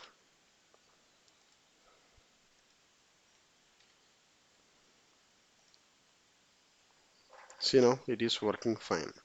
So if I'm removing this authentication, it is unauthorized. Since if I'm enabling, it will work. Okay, so in this way only our JWT token is working. So the attribute like authorize and allow anonymous, so that actually applied for all types of authentication. Okay, so next let me explain refresh token logic. So basically this refresh token is the feature of JWT token. So as I mentioned, when I'm creating the JWT token, I have provided the expiration time. You just consider one real-time scenario. I provided the expiration time is 15 minutes. So when the user logged in the application, so they can access exactly 15 minutes. So after that, the user is continuously using the application, but unfortunately the token is expired. So that means, so hereafter he has to log in once again, so then only it will create the new token. So avoiding that, we have this refresh token logic. For the refresh token logic, the input is nothing but our expired JWT token only. So our system will validate some checking. If it is the valid token but it is expired, so then our system will extract and get all the principals and claim information. So using that, the system will generate one new token with a new expiration time. For this concept, we not required to provide the credential for every time. Using our expired token itself, we can generate our new token. So that's all about the concept. Now let me go to our application. We can complete the logics. Okay. For doing this implementation, I already have one table. Okay. For storing the token information. I tell you the scenario.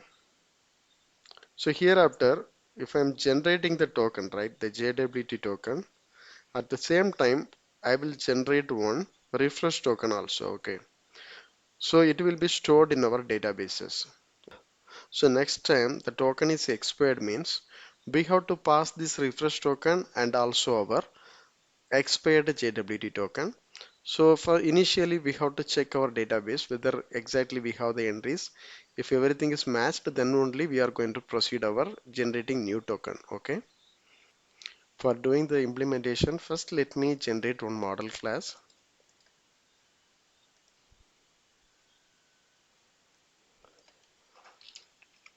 token response.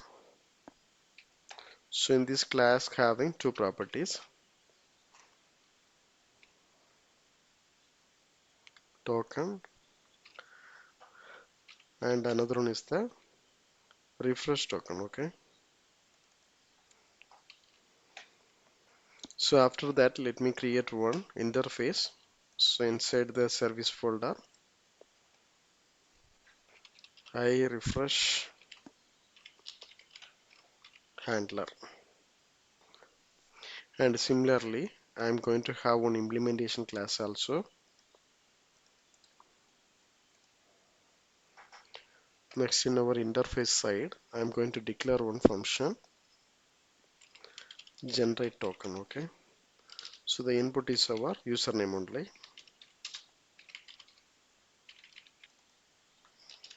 And the return type is string. And the return type is string. Okay. Now in our class, let me implement this interface.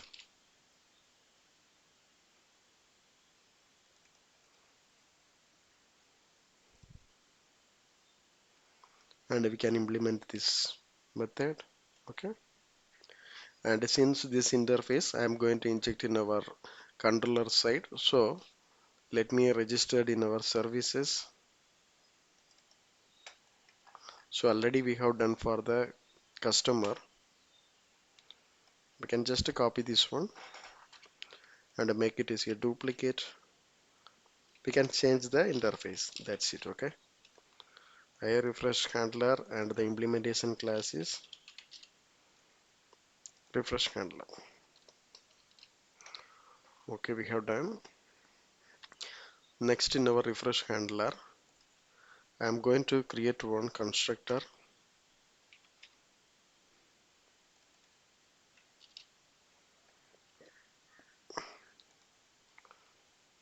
And here I am going to inject the database context.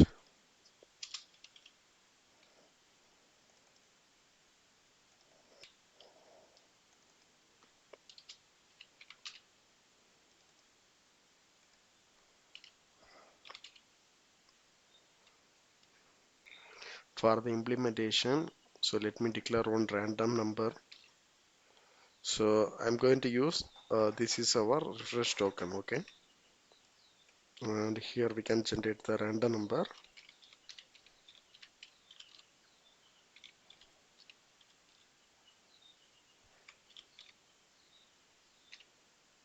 And next get bytes of this random number. So finally we can convert this into string. Okay. Convert.base64 string. So at the end we can return this refresh token. Okay. And meanwhile we have to store this refresh token in our databases. So let me make this function as asynchronous. And here what I'm going to do, let me declare one variable existing token. We can check our database. So context dot table refresh token,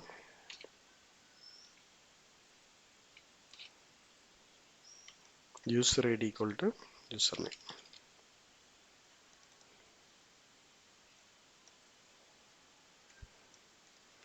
Okay, now it is fine. If the data is already there, so we can update our refresh token. Okay.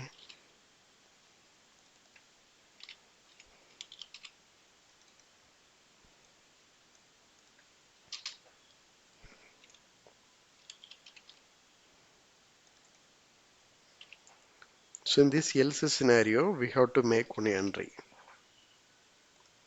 For adding the new entry, let me take the database context dot table refresh token, add asynchronous. So here the first field is user ID. User ID is nothing but our username. And the next one is token ID. Okay, we can generate like this. So the final one is refresh token. Okay, so if everything is done, we have to do the save changes. So await this dot context dot save changes asynchronous. Okay, now let me save this one. And in our controller point of view, actually I have to create the separate action method for generating the refresh token. So before that, I have some changes in our normal token generation itself. So instead of the direct response, we can use the token response.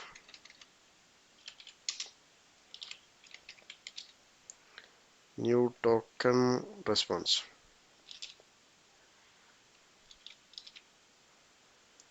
So the first one is token. So here token is nothing but our normal refresh token. And the second one is refresh token. For this refresh token, we have to inject this refresh handler in our controller. Private read only, just a refresh, and we can inject it here.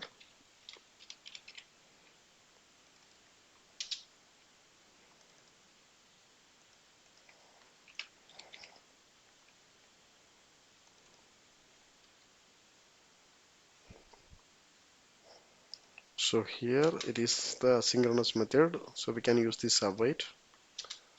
Then so this dot refresh dot generate token, and we have to pass the username. So username we can get from our input itself.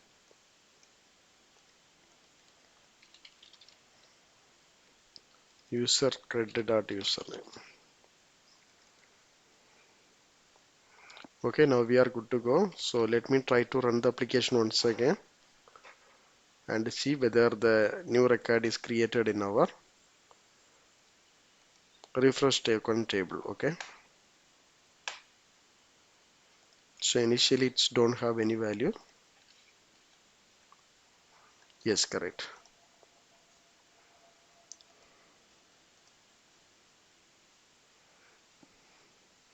Okay, application is running. Admin test.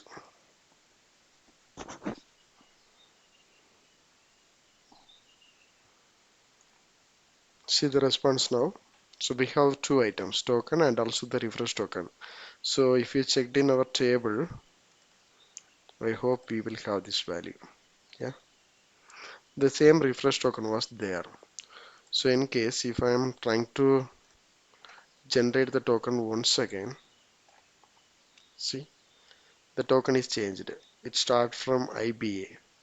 So if you checked in this database, so previous one is start from RNOL. Okay, so that means the new refresh token is generated and also it is updated. Okay, this is fine. And next, let me create one more action method for handling the refresh token. Okay, for generating new token based on our expired JWT token. So we can copy this one initially, and instead of generate token, let me put like a generate refresh token. And in this input also, it is the token response. So we are simply passing the JWT token and also our refresh token. Okay.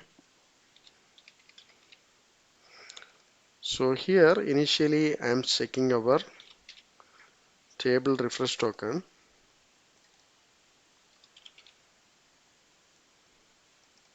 If the refresh token is there,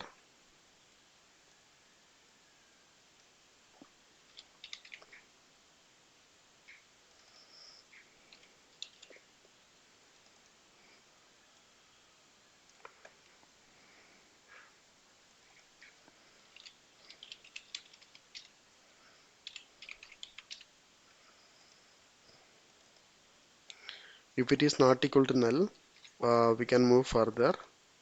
The else scenario,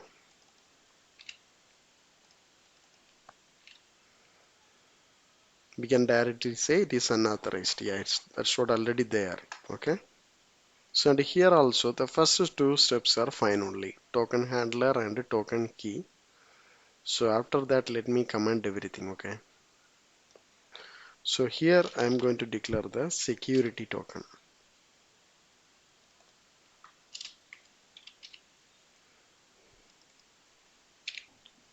So next what we can do, using our JWT token, we can extract the principal information.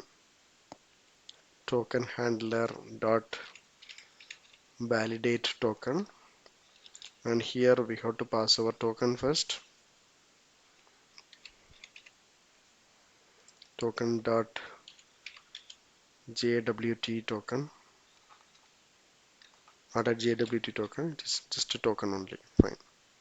And then we have to pass the token validation parameters. Token validation parameters. And also it is having one out parameter. So in this out, we can use this security token. Okay. So next inside the token validation parameters, we have to provide some data. So this is very simple. So if you checked in this program.cs file, we have added, right? The same thing we can copy and use it here.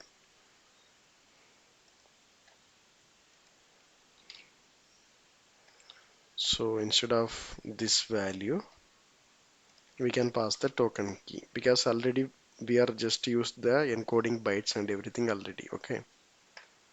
So let me change this one. And next let me declare one more variable where token equal to security token as JWT security token. Okay. So here I am first checking the token not equal to null. Okay. And we can check the algorithm token dot header dot algorithm dot equals security algorithm of Hamsa 256. So if it is like this, then it is valid, and the else scenario we can return as unauthorized.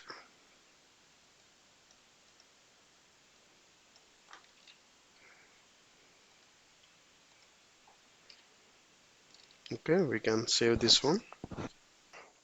Okay, in this positive scenario, we can generate our token. So before that, let me validate against our database. For the validation, we should have the identity value so that we can get it from our principal itself. String username equal to the principal dot identity dot name. So this value actually we have included in this claim section. So once we have the username, we can check with our database.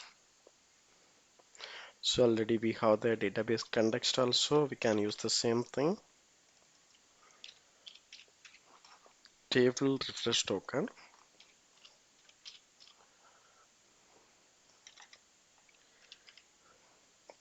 First our default asynchronous item dot user ID equal to our username. The refresh token equal to, actually we can get it from the parameter itself. Okay, token dot refresh token. And here also we can have one check. If it is not equal to null, we can proceed further. Else we can return the unauthorized error. Okay, so next we can generate our token. For that I'm going to use this JWT security token class, and here the first input is claim. Okay, so the claim basically we can get it from our principal.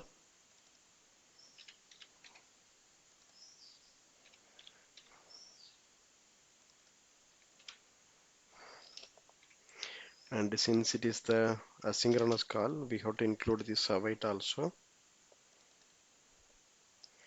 So the next input is expire.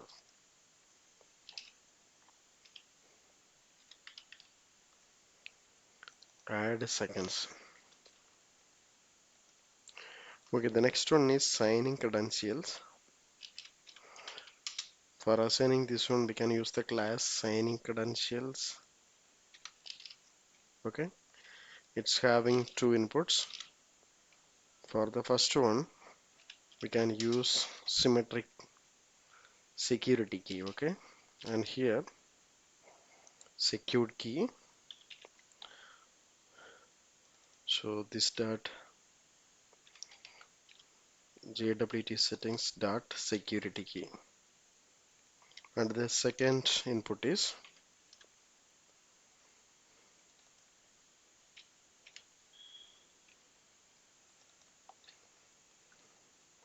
okay, this is fine. So finally we can write our token. Okay, final token and token handler dot write token. So here we can pass this new token object. Okay, so finally we can return the same response similar to our generate token. So let me copy everything.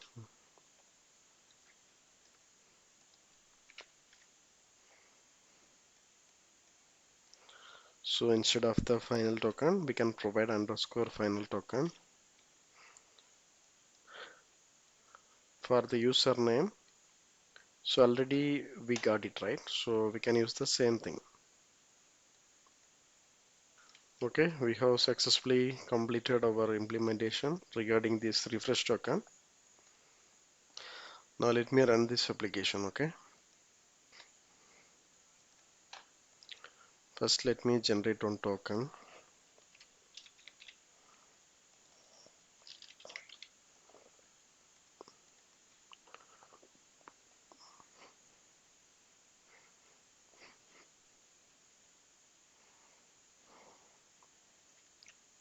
Okay, so let me copy the token and refresh token, because so in our refresh token generate method The input also same like that, token and refresh token only. So let me give this as the input here. See the response. So we got a new token and a new expiration time. So that means this is the latest token. Okay. Now if I'm trying to execute this one, I'm getting the unauthorized. See, because it is not the valid. So let me show you the scenario. So initially I'm providing username password. So we have the valid token and refresh token also. So maybe after some time it is expired. Okay. So anyway, I given just 20 seconds only. For next generating the refresh token, I'm not going to provide any credentials. Instead of that, I'm going to provide this refresh token value and also the token, existing token. So if I'm providing in our refresh token method, so see now it is generated on new token and also it is having the new expiration time. Okay. So the next time if you want to generate the token, you have to use this refresh token and also this token. Okay. Because hereafter this refresh token and this token both are invalid. So let me generate it once again.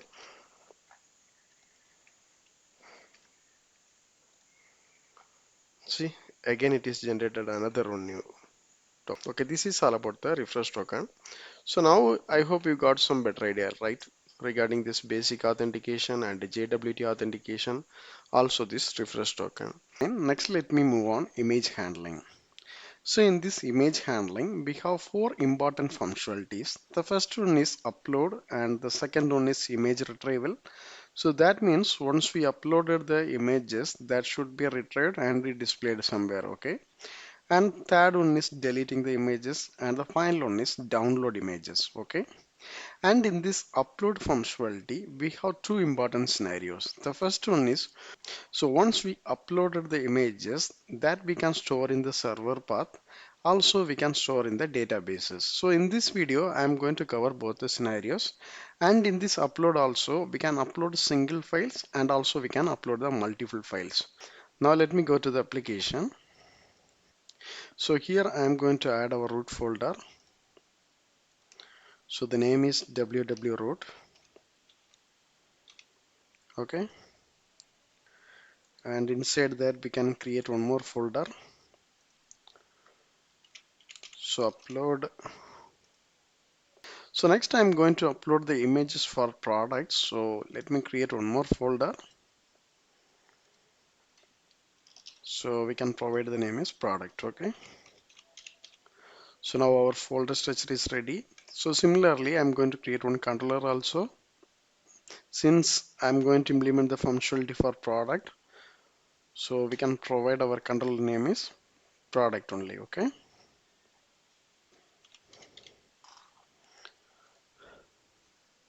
So now our controller also ready.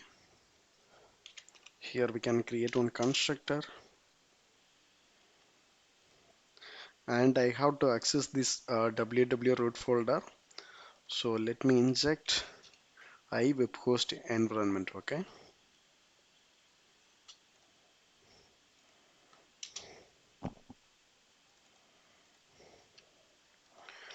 Okay, this is also fine. So next let me define our function. So we can provide the name is upload image. Okay. And it is having two parameters. The first one is iform file and the next one is product code. Okay.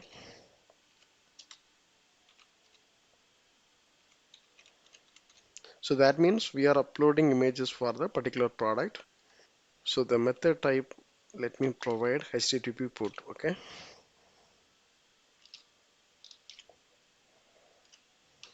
So here I am going to initiate our API response.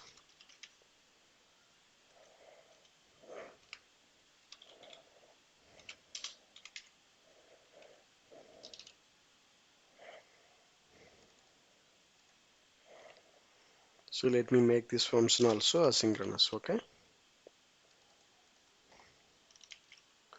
So here we can implement our functionality. So in this failure scenario, we can return our error message. So in this positive scenario, we can complete our upload functionality. So here the first thing is we have to access this server path. So let me declare one variable here. So already we have injected this iweb host environment. So we can access this one here. Dot web root path. So inside the root path, we have this upload. So inside the upload, we have the folder name is product. So inside this product folder, we can create one more folder. So based on our product code. Okay. So that actually we can create in the dynamic manner. So anyway, let me provide it here, product code. So this is all about our file path. So next what I am going to do, let me check whether we already have this kind of folder structure. Otherwise, I have to create the folders. Okay. If system.io directory, if it is not exist, we have to create this one. So directory, create directory. So there we have to provide our file path. Okay. From the recommendation, we got everything. So as of now, we are checking whether we have this folder structure. If it is not, we are creating the folder also. Okay. So the next thing is we have this uploaded files that we have to store in the particular path. Okay. So image path is nothing but our file path. So inside that we are going to create our image. So next we have to provide the file name. So I'm going to provide the file name is nothing but our product code only. Okay. And we can store in the PNG format. We can have the common format only. And the next thing is we can check whether we have the existing file. So again same system.io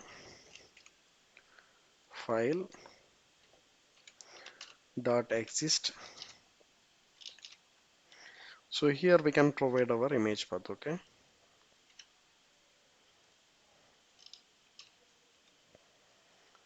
So basically if it is there, I'm plan to remove this one. That delete. So here we have to provide the image path. Okay. So that means if we have any old files, we are removing and we are including our new file. Okay. For storing the file, we can convert this into file stream.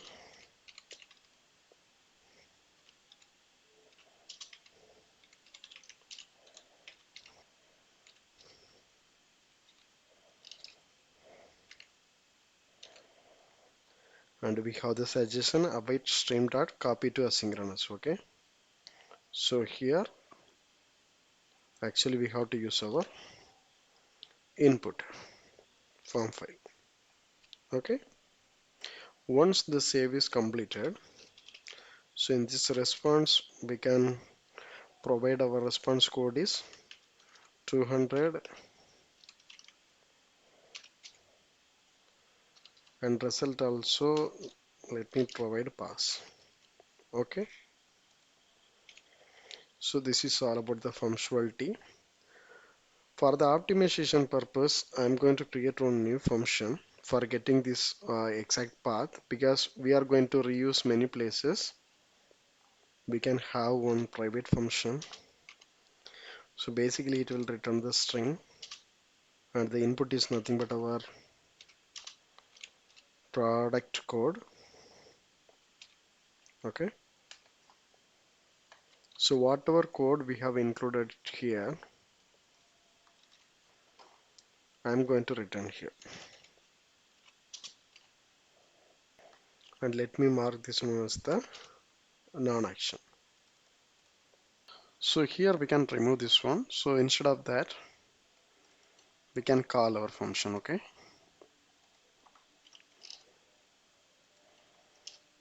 Now let me run this application and we can verify whether it is working or not.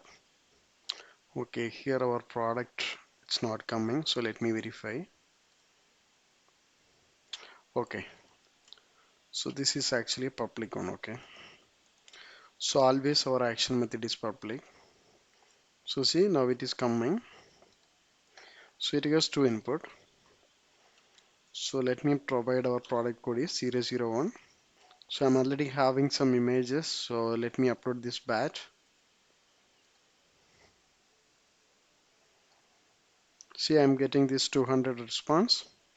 So if I'm checking in the server folder,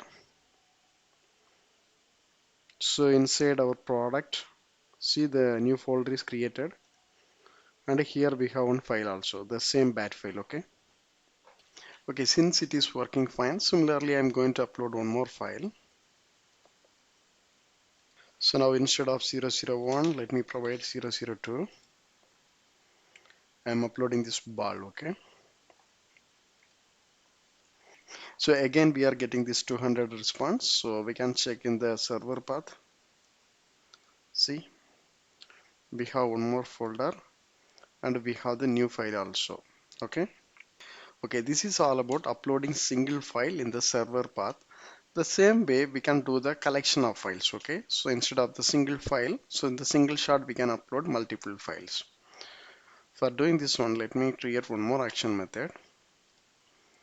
We can copy the existing code and let me change this into multi-upload. Okay,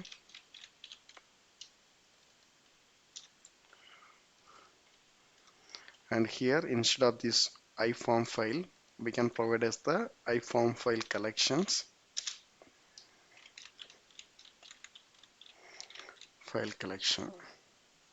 Okay, I saved this one. The file path is same. If and next here I am going to generate the for loop. And the next thing is we have to get the image path. So as of now, I'm going to upload multiple files. Okay, so if I'm providing the same product code as the file name, so we will have only one file. Okay, so in this case, we can use the exact file name. So let me remove this one. So instead of that, we can have like this, just a file name. Okay, and after that, we have to check whether the file is there or not. The same condition, we can move inside our for each. So if the file is there, we have to delete this one and we have to recreate it. Okay, so we can copy the complete code here, and instead of the form file, we can use this file. But in this scenario, I am going to declare two variables here.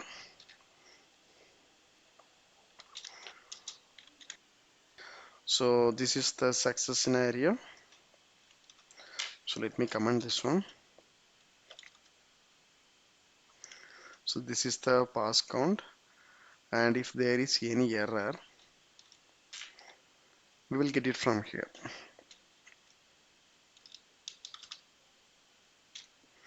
Error count, and at the end, we can return everything. So we can provide response code is 200, and in the final response, we can give like pass count files uploaded and files failed. So let me save this one. Okay, we can review the function once again. So the idea is very simple. We have the two inputs. The first one is collection of files and the next one is our product code. So here based on the product code, we are creating a new folder. Since if we have the existing folder, we can reuse it. So after that, we are storing all the files in our location. Okay, so that's all about our concept. So anyway, we can verify this one. So let me try it now. We can give the product code is 001. I'm going to upload this one. Okay, the ball and also this pad. So let me upload this one. See, I'm getting 2 files uploaded and 0 files failed. That means both files are get uploaded. So we can check in the path. See, so the bat, the name is 001. So then we have this ball and a pad. Okay, totally 3 files. So now I'm trying to upload once again. So let me remove this one. We can upload this pad and also pad once again. Okay. So see, again we are getting the same response. So since the pad is already there, so based on our code, initially it will delete and it will store once again. Okay. So now we have 4 files. So the batch image have 2 areas. The reason is the name is different. Okay. So anyway, we have successfully completed our image upload with a single file and also the multi-file. So next, let me move on how to retrieve the files and display somewhere. Okay. For that, I am going to return the image URL based on the product code. So using that image URL, we can preview our images in the browser. Okay. So that is my plan. So let me go to our application. First, the single image, get image. Okay.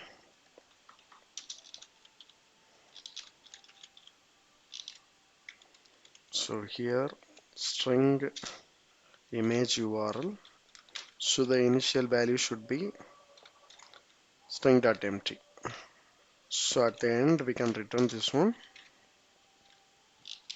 So before that, we have to do some checkings. Okay. So let me include this try and catch. So here also, first I'm going to initiate our file path. Okay. So since we have the product code, we can get the exact file path. And it is the single image, so we can get the image path also. So the image path, it is like this one. Okay. And I'm checking.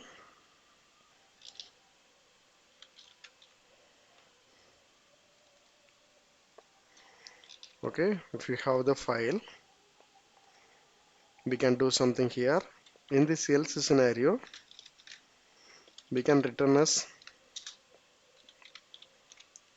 not found. So if the file is there, we have to form our URL. So before that, we need the hosting URL. Okay. So currently it is running in the local host. So if we deployed in some other hostings, so based on that, our host URL may be varying. So that also we can get dynamically. String host URL equal to.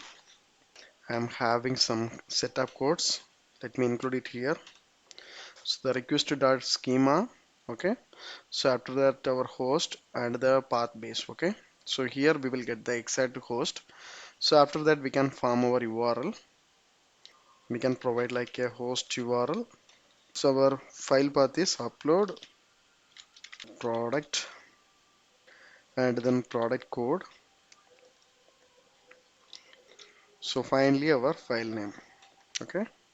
So file name is nothing but product code. It is the PNG file. Okay. So let me save this one and we can verify it. Okay, see we have this get image. So let me provide a 001.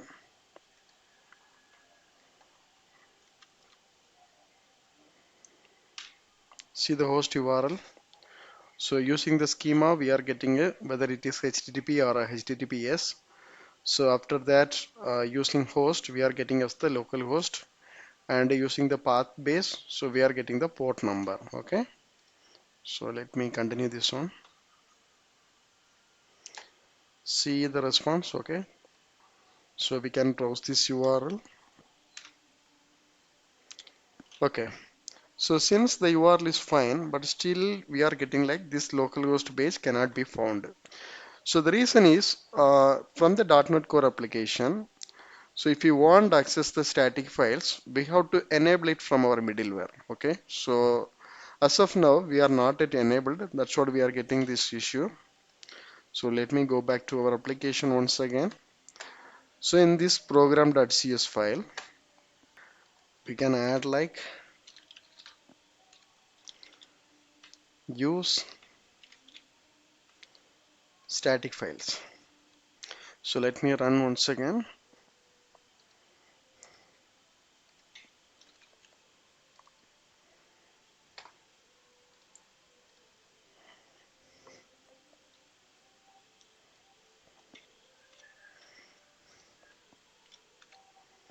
See, we are able to get our bad image. So similarly, if I'm providing 02,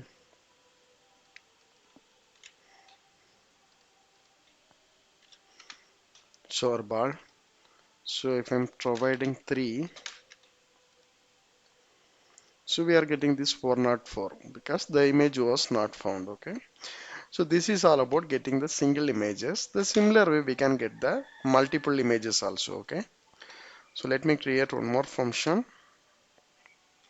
This is having slight difference. So here also I'm going to return the image URL only, but we will return the collection of image URLs. Okay. So in this response, instead of the string, we can use the list. There we can hold the string. Okay.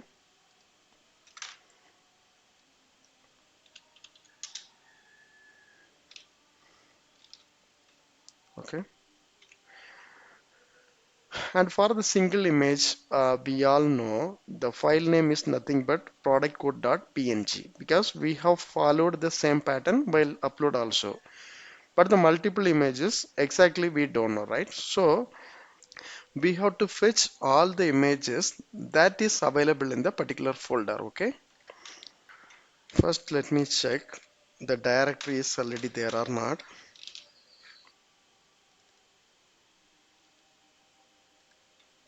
So once the folder is there, we can get the directory information. So using directory info. So next we can get the file information, okay? So we can get the collection of file information. File info is equal to directory info dot get file, get files, okay? After that we can generate the for loop, and here we can get the file name. Once we have this file name, we can form our image path, okay? So let me move it here. So instead of putting like this, we can directly put as the file name. That's it. And other things are same only. And here also we can put the file name.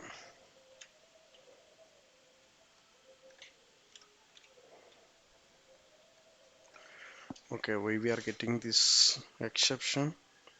Okay, so this is the reason. Get multi-image, and we have to provide the attribute also. Okay, fine. Now we are almost good. So once we have this image URL, so after that we can add it like this, image URL. So let me save this one. At the end, we are returning all the image URLs. Okay. So we can run this one. We can use the 001. It is having 4 images. See, we are getting the 4 image URLs also, and other URLs.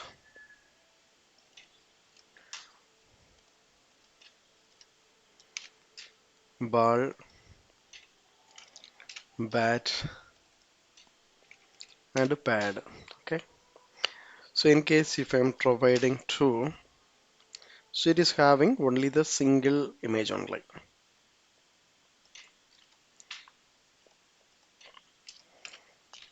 So similarly, if I'm providing 03, so currently it will return the empty array. Okay. So in case if you want return not found, that also we can do.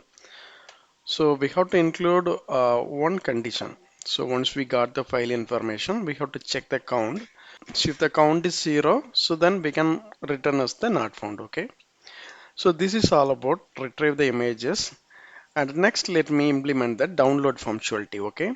So since we are able to access the images from our server path, we can convert this into the memory stream. So at the end, we can return as the file response. Okay. We can copy this single image function. Okay.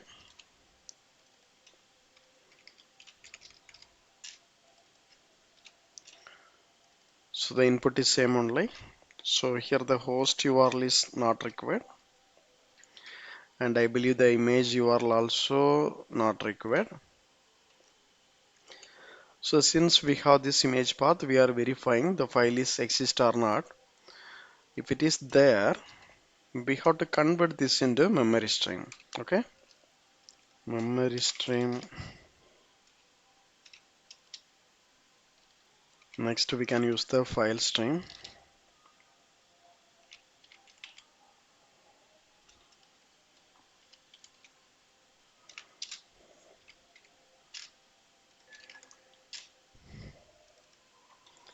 Image path and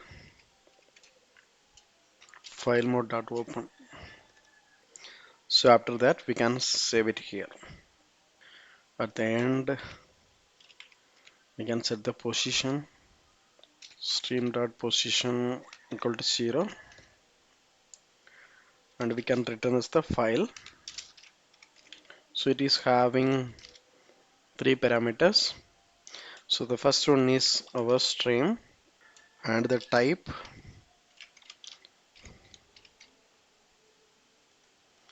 and finally our file name.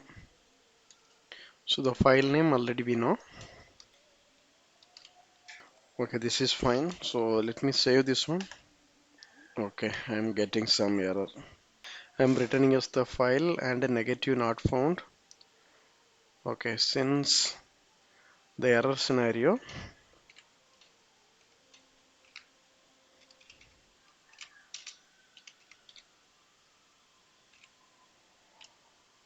I can return like this.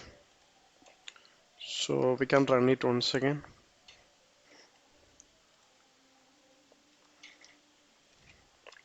001. See, we have this download option. See the bat image, okay? Similarly, if I'm providing 2, so because the download, we are downloading the single file only.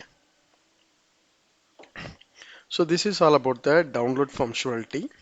So finally, let me move on the remove function, okay? For the remove function, we can copy this download function and we can provide us the remove.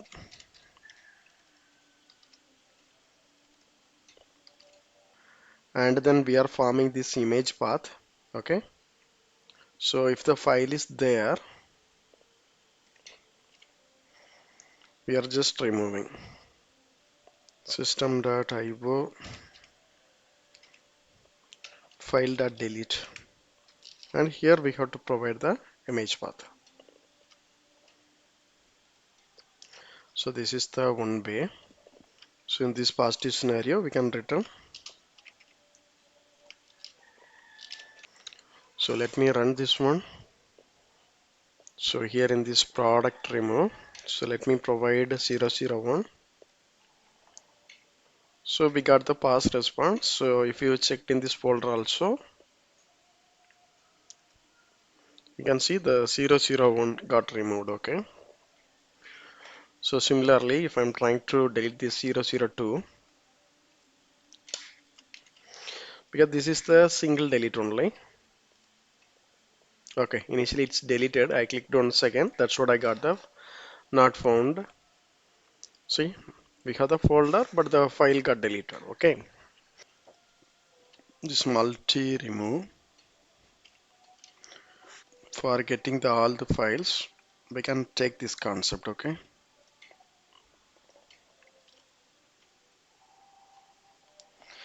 So once we have the files, we are doing something at the end. This file info dot delete.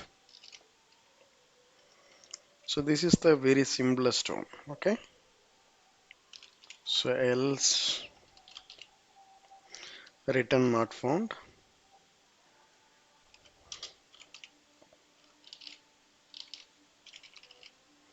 So let me try this one also.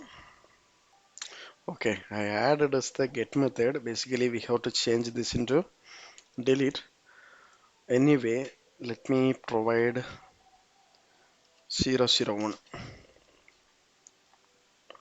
So I'm getting the pass response. If I'm checking, there is no files. Okay. So similarly, if I'm trying to upload something, 001, this bat and pad. So I have uploaded two files. See, both are there. So at the end, if I'm trying to delete this one, so both got removed. Okay. So now we successfully completed file upload in the server path, and also we have covered the functionality of remove, image retrieval and a download with a single file and also the multiple files. Okay. So next what I'm going to do, instead of the server path, we can use the database. Okay. So once we uploaded the images, it will be stored in the database in the byte format. Okay. That is my next concept. For doing this one, so in this database, I'm going to create one new table. So in this table section, we can create one new table. So the first one is for product, varchar 50, and then product name, varchar max, and price.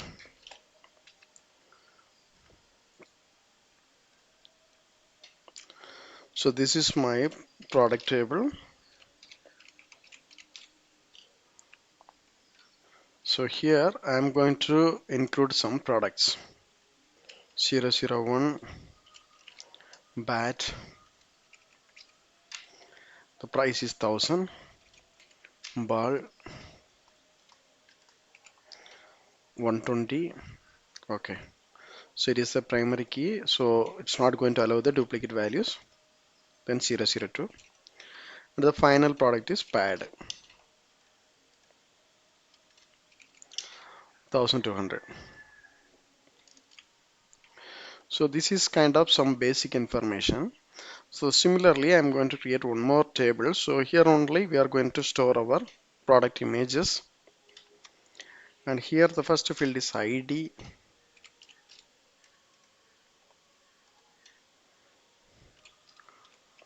Product code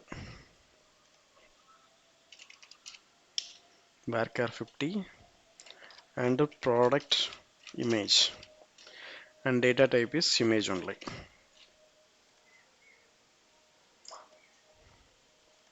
So let me mark this into primary key, and it is the identity column. Okay,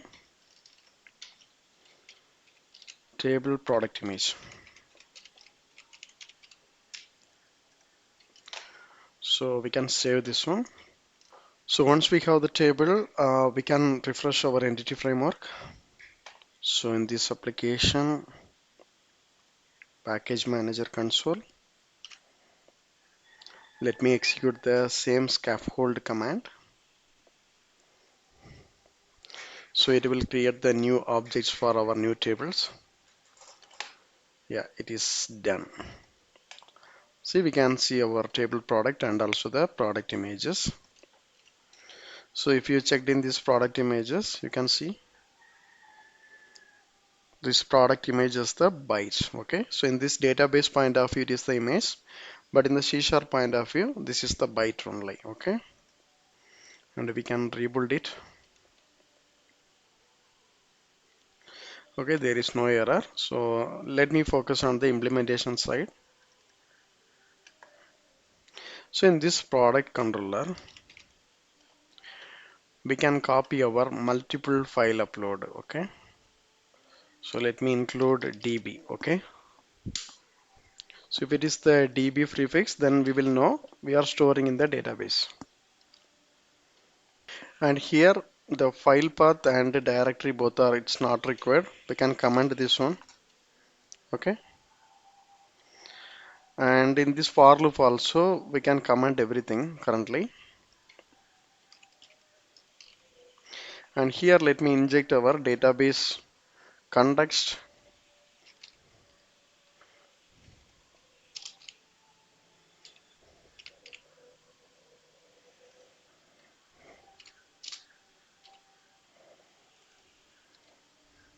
Okay. So let me save this one. Here first we can convert this file into memory stream.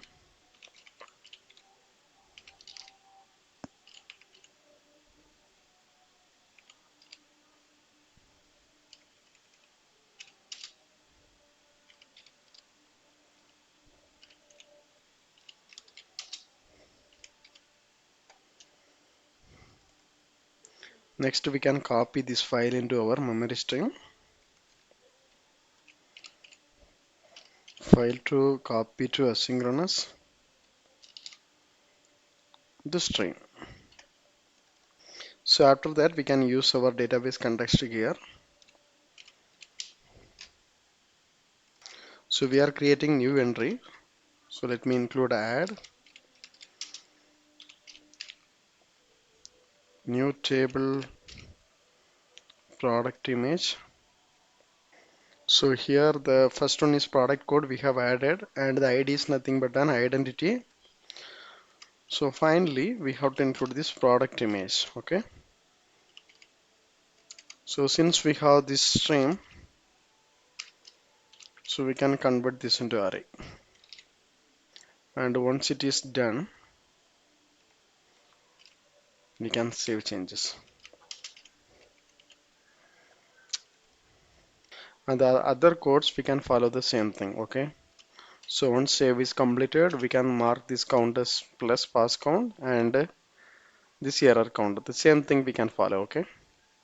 So let me remove the unwanted codes. So we can try one item. So since we are doing the multiple file upload, the same thing only we supposed to follow the single images also.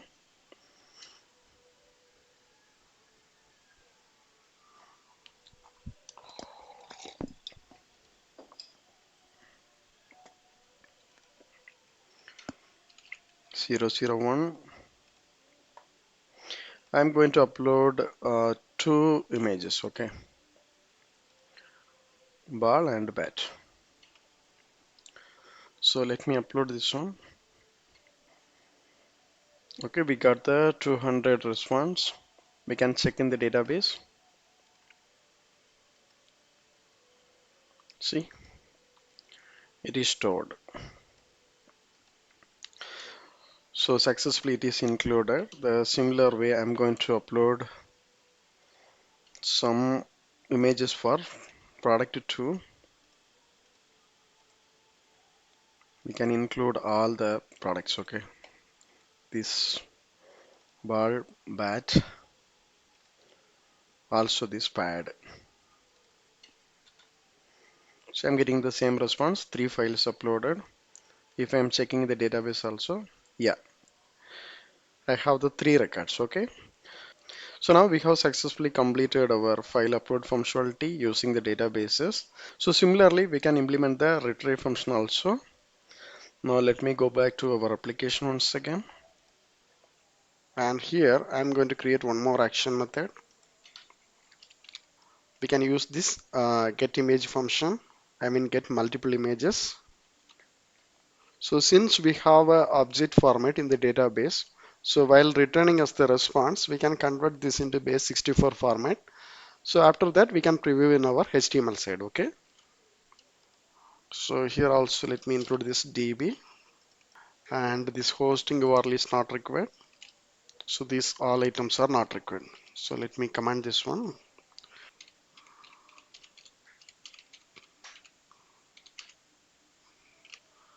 and we can convert this into list. Okay, first we can check whether we count greater than 0. So in this else scenario, we can directly return not found. So in this positive scenario, let me generate the for loop.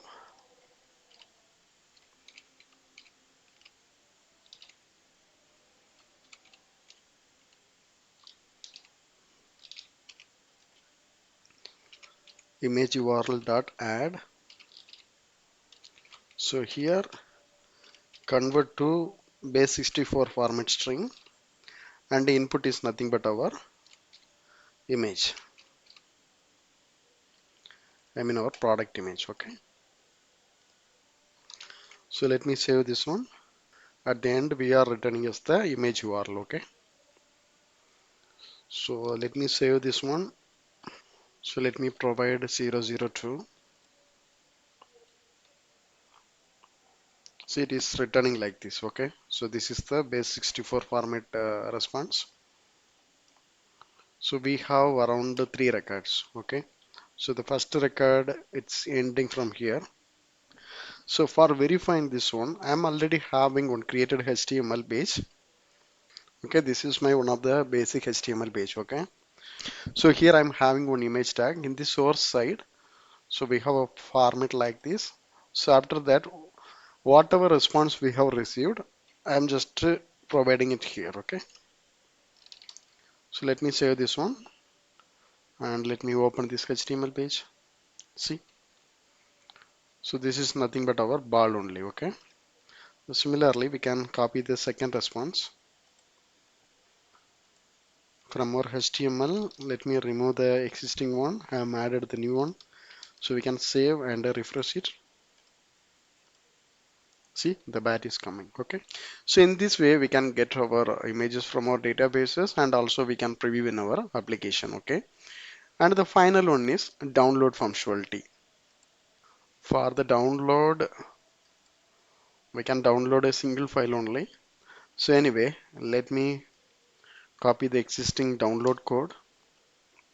So here we can include this DB prefix, and we have to get the data from our database.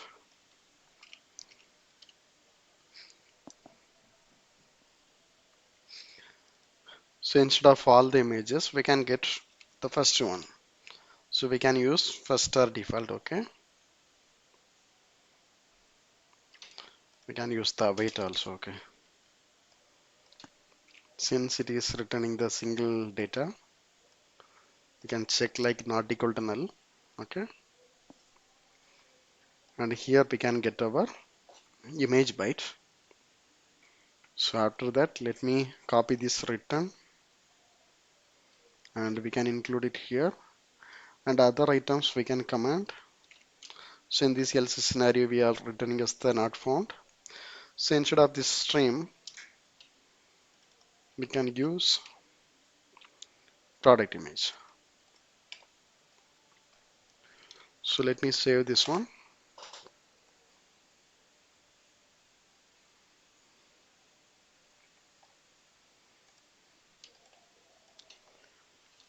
Zero zero one.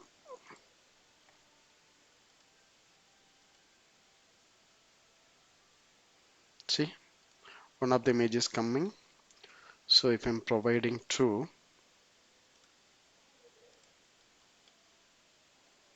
so both are same images. So let me format this one. Okay.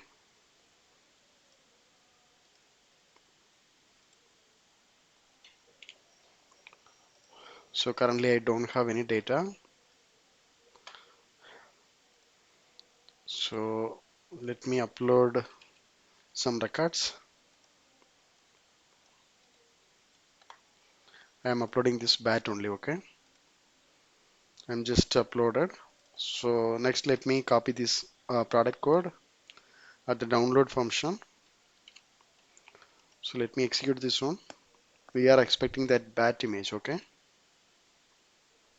See, so the same bat is coming. So this is the way we have to implement our download functionality. If you checked here, this is very simple. So we are directly checking from our databases. Already it is having us the byte. So we are returning us the file response. Okay, that's it. And the final one is remove. Remove is nothing but our database delete. So based on the product code, we can remove all the records. Okay. So these are the ways we can handle our images from our web API. So I hope you got some better idea about this image handling. Okay, this is fine. Next, let me move on. Export Excel.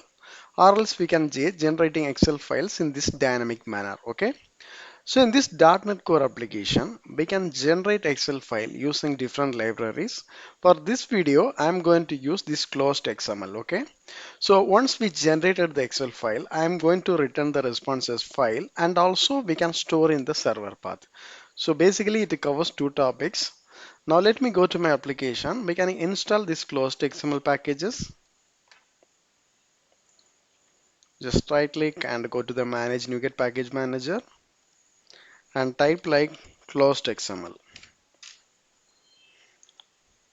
So we can install the latest version. So it will install some dependency packages also. Okay, great. The installation gets completed. Let me rebuild and verify. Okay, build succeeded. Now let me start the implementation. For the controller point of view, we can reuse our customer controller. So already we have done the CRUD actions. So in this bottom, I am going to write one more action method for the export Excel. Export Excel. And this is the get method. We can use the attribute also. Okay. So we can save this one. So here we can use the try and catch block. So in this exception scenario, we can return like this. Okay. So here we can do our implementation.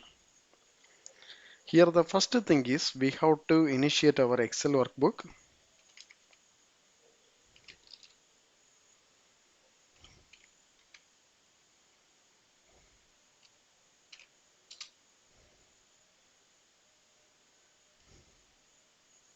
And then in this workbook, we can add the worksheet. Add worksheet. Okay.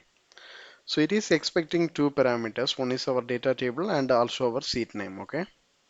So let me initiate our data table also.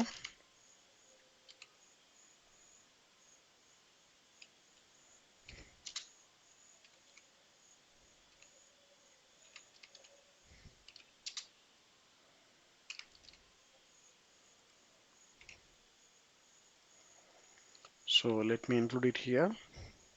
For the dynamic data, we can use the same customer information. So we can provide our sheet name is customer info.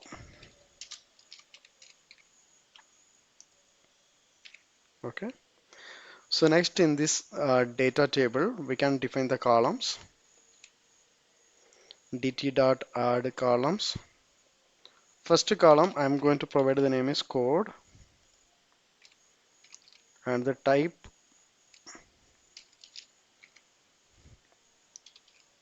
string. So similarly, we can define our other columns also. So this is the header information. So that's what we are providing the hardcode values. Email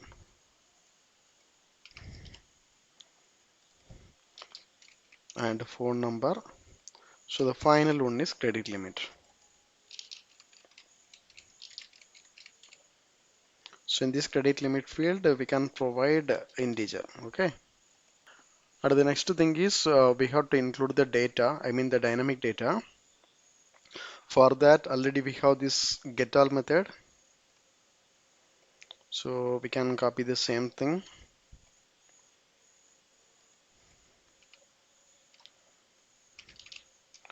So we can check like not equal to null. and the count also greater than 0. So after that, here we can generate the for loop,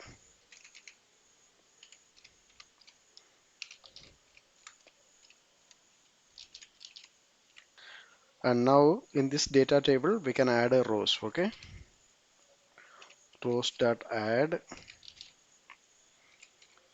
So here we have to include all the values one by one. So the first one is code,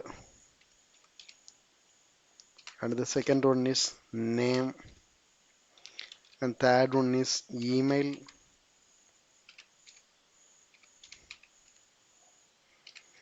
then phone. The final one is credit limit. So now our data table also ready. So the next thing is we can convert this Excel workbook into memory stream. Okay, so let me initiate our memory stream,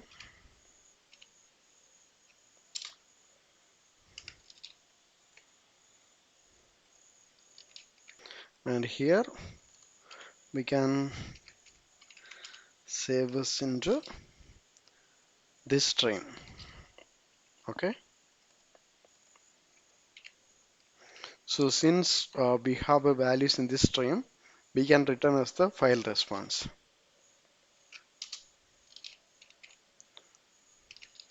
So it is having three inputs. The first one is our stream, so that we can convert into array format.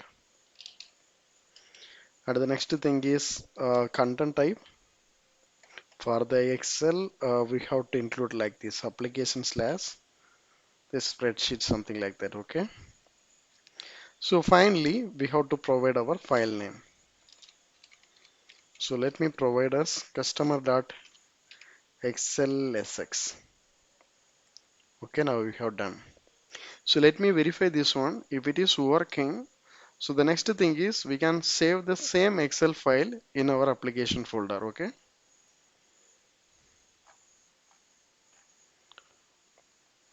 Here we can see this customer export Excel.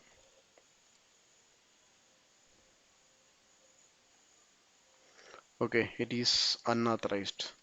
So what we can do, so let me mark this function as hello anonymous. So let me run once again. We can try once again. Okay, see the response. We have this download file option. So it is downloaded our customer Excel. Okay, so let me open this one. Yeah, we have the two records. So both are coming in our Excel. Okay, so the next what I'm going to do, let me save the same Excel file in our application folder. Okay, so let me close this one, and in our www root side already we have this upload folder. Here I am going to create one more new folder. Okay, export. And the next thing is we have to access this path. For that, let me inject iWebhost environment. Okay, so that actually we have done in this image handling side. So the same thing only here also we are going to do. Okay,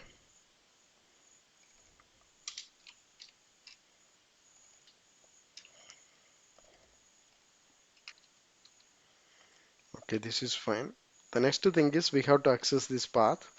For that also we have created one separate function in our customer controller. Okay, we can copy the same thing. So we can include it here, but here some alteration. So there is no input, and so the folder also export. So let me save this one, and in our export Excel function, first we can get the file path.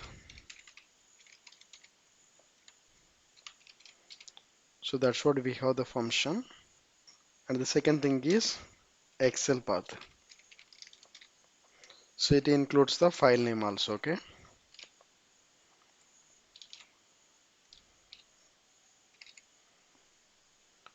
So we can provide the same name or else customer info dot. So now we have our Excel path also. Let me go to the end. So before returning our response, so let me check in this particular folder. Already we have the same file.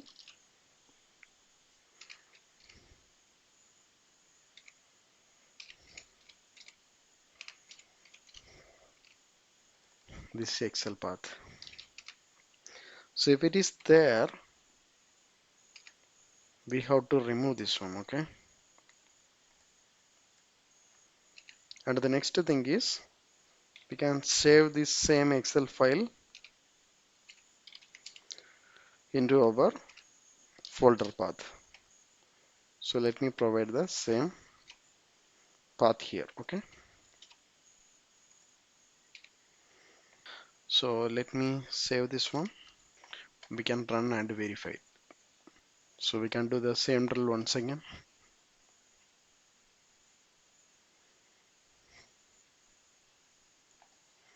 Okay, I'm getting the response, and also if I'm checking this application folder, see we have this customer info.xlsx. Okay, so let me open in this folder. So the same data only. See the file name. So let me close this one, and also we can delete this one. Now let me execute it once again. We can check the folder once again. See, so the new file is created. Okay. For this output, we can do lot of customization. We can change the font and alignment something. So that actually I have covered in the separate video. So I will share that video link also in the description. You have to watch it. And this sheet name and other things already we have provided the custom only. Okay, so we can change accordingly. So as of now, I have added only one worksheet. So if you want to include multiple worksheet also, we can include one by one. Okay. So this is all about the overall idea handling this Excel file related things. Okay. So now let me move on the new concept, minimal API. So the minimal API are architecture to create HTTP API with the minimum dependencies. So basically this is the new feature introduced in .NET 6, and in this .NET 7 it is much improved. Okay. So idea is very simple. If you have some API, it don't have much logics. It's very direct only, and also it is having very less models, like one or two models. Okay, so in this case no need to create the separate controller file, so everything we can include it in our program.cs file itself. Okay, so that is all about the minimal API. So let me show you some examples. It will give some clear cut idea.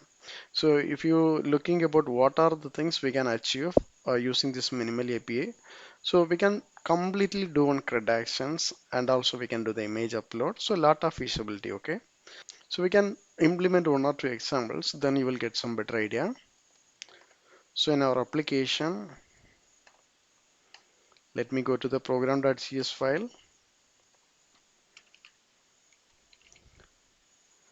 Here app.map get.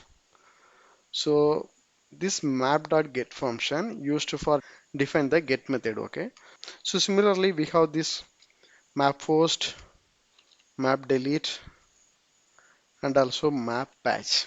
Okay, so we have all the HTTP verbs. So let me start from this HTTP get. Okay, so it's having two inputs. The first one is we have to provide the pattern, I mean our URL pattern, just a minimal API. Okay, and then we can provide one callback function. Here I'm just returning one string.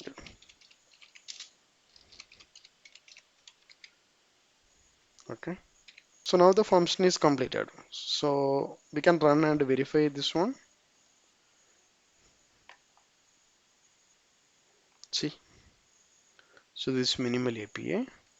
So if I'm executed, I am getting this string response. Okay, so next what I'm going to do, So instead of the hardcode values, we can pass some parameters. So I'm going to use the same get method only, and the method name is get channel. And here the I'm having one parameter, channel name. So this response we can provide like welcome to channel name. Okay, so let me run this one. See this get channel, and we have one input.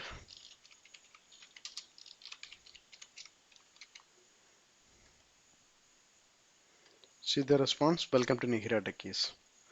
So if I'm providing test or something, so it is changing accordingly. Okay, and the next thing is so in this description, so as of now based on the field it is saying channel name. So if you want provide some custom text, that also we can change using this open API concept. So let me include it here.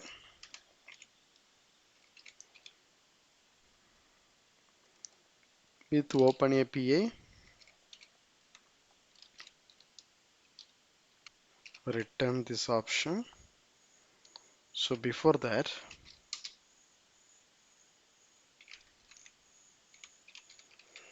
this parameter equal to option dot parameter of 0. We can take the first parameter. So then we can set this parameter dot description. Enter channel name. Okay. So let me save this one. See now we have the text is enter channel name. Okay. So as of now we have just did some hardcode value and passed on string value. Okay. So instead of that, so we can connect our database also. So again, I'm going to use the same get method only.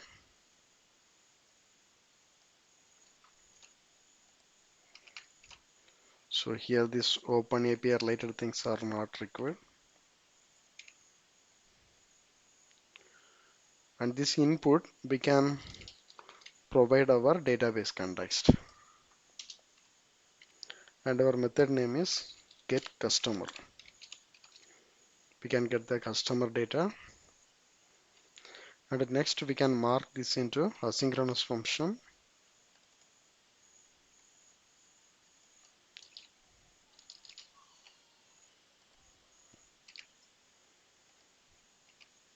So here we can return like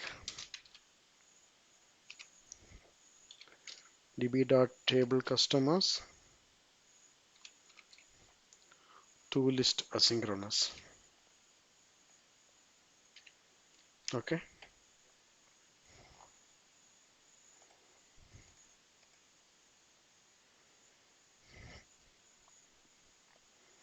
See, currently I'm having two customer information, so it is returning fine. So anyway, our get all method is working, so we can quickly complete our CRUD actions. Okay. So basically, it's not going to take much time. So the second function is get customer by code.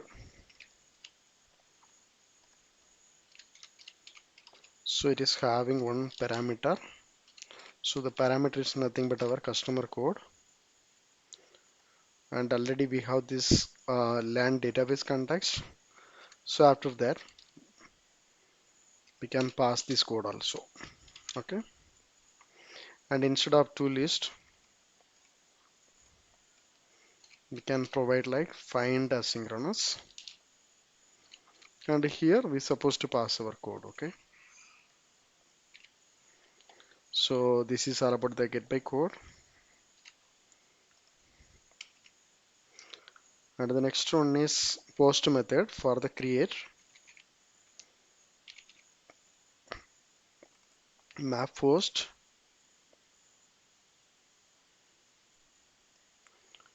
and the method name is create customer.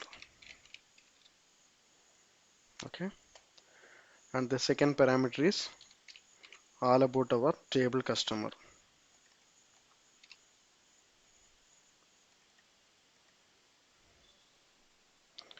So here what we can do, instead of this find asynchronous, we can use this add asynchronous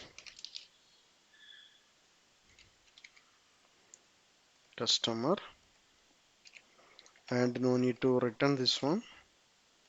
At the same time we have to save this one.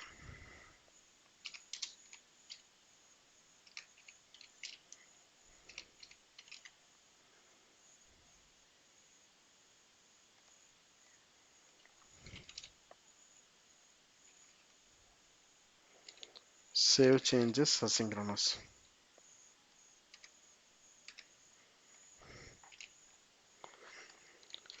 Okay, now we have done our post method, and the next one is put method. So this is the update scenario. So instead of create, let me change this into update. And the method also, it is the map put. And already we have this table customer as the input. Also we can pass our code. Okay. So in this URL also, let me do like this. And here the first thing is we have to get the data where exists data equal to find asynchronous code.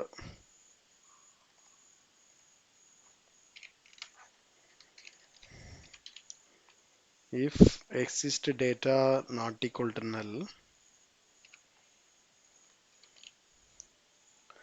this exist data dot name equal to customer dot name. So similarly, what are the fields if you want to update? So you have to include it. So the code basically we cannot change because that is the unique field, and that is our primary key. So I am just updating name and email. Okay. So now our update method also completed, and the final one is delete.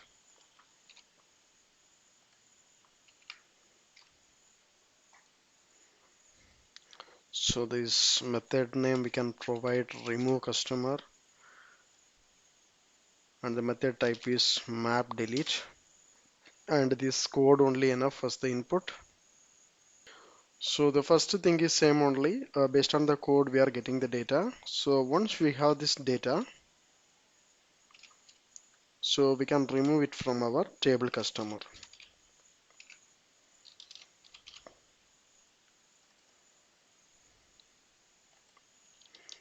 So let me save this one.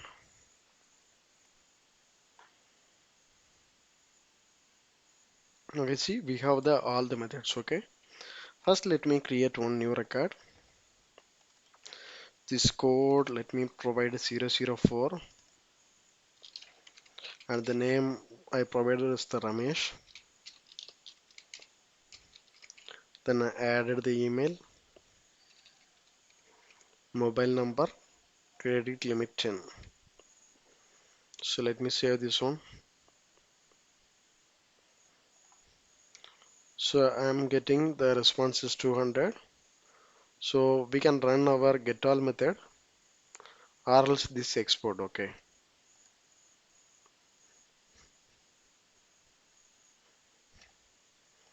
So let me download this one because we are using the common database only. See the new record 004 Ramesh. It is coming.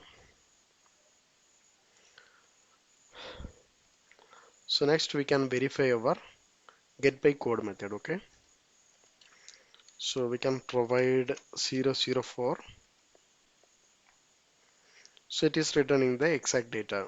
Okay. So create and get both are completed. I mean this post and get are completed. So next we can verify our put method. So put method also using the same object only. So I'm just changing this name Ramesh Kumar rm.kumar. I just changed the email also. Okay. And in this code side we can provide our customer code. So once I'm executed, yeah, here also the 200 response. So again I'm just executing our get by code. See, it is updated and our email also got updated. And the final one is remove.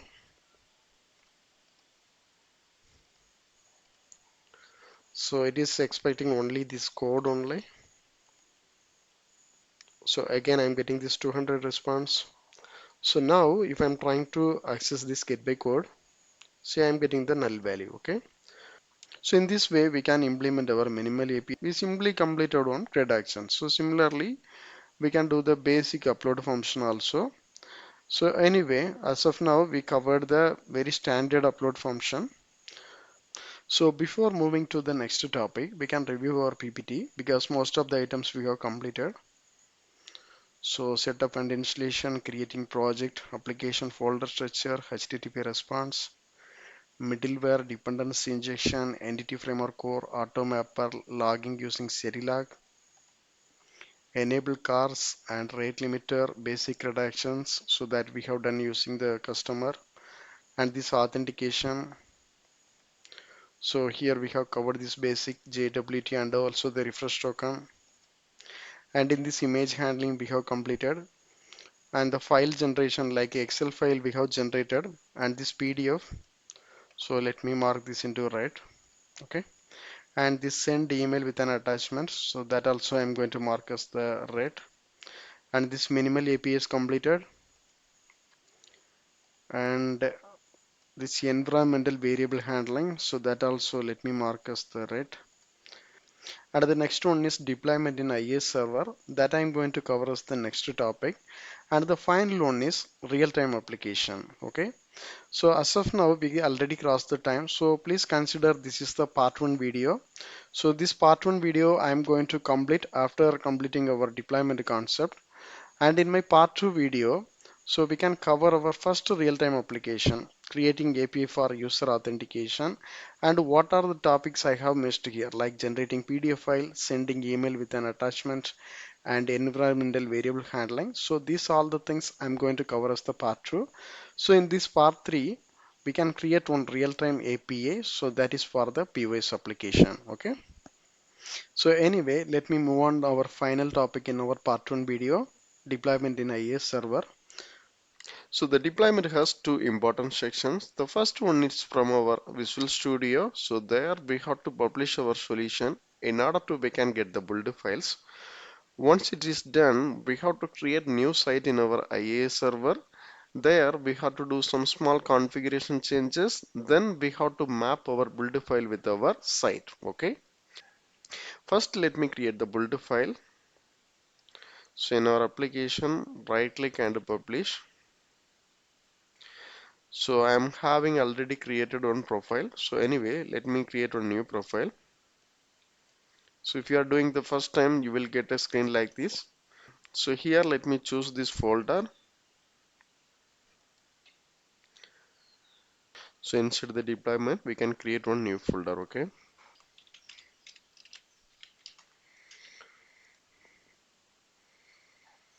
And let me click this finish. See, it is creating one new published profile.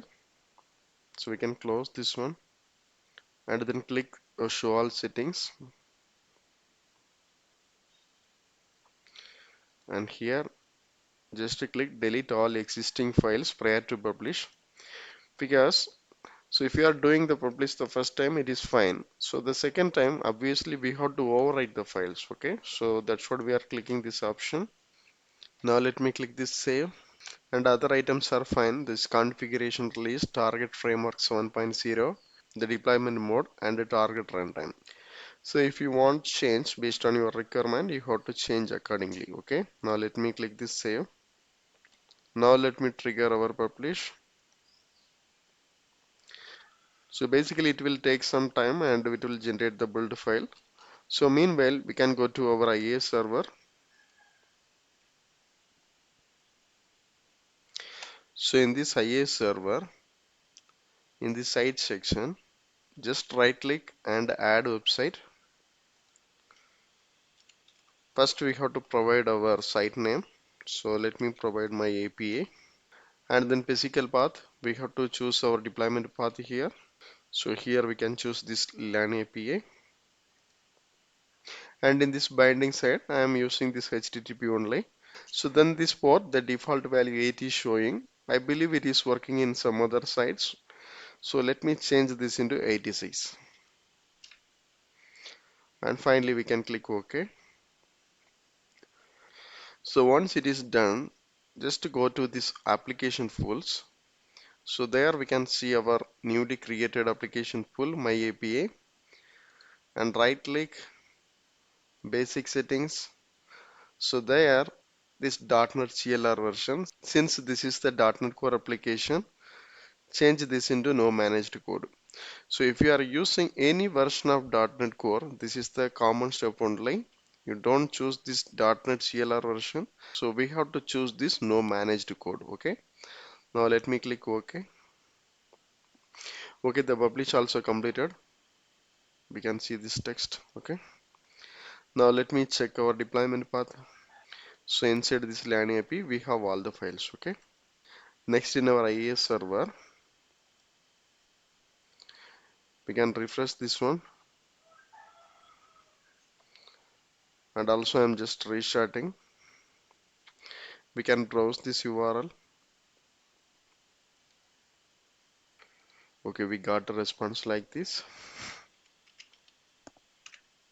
Okay, we are getting this 404 error. So let me duplicate this page. So instead of this Swagger, I'm going to use our minimal API URL. So it is returning the response. Okay. So that means we successfully completed our deployment, but in our Swagger is not working. So the reason is when we created the application, we have the default configuration for our Swagger. Okay. So if you checked in our program.cs file, so they enabled this Swagger for only the development. Okay, now we are hosted in the IIS server. So there the environment may be different, so that we can check later. So before that we can completely enable this Swagger. Okay, for that let me comment this section. Let me publish once again. Just right click and publish. So already we have this profile, then no need to create once again. So just to click this publish. Now it is not going to take much time. Okay, the publish is completed. Now let me go back to our IIS server. I'm just refreshing this one and we can stop and start once again. Now let me refresh this one. See, now it is working.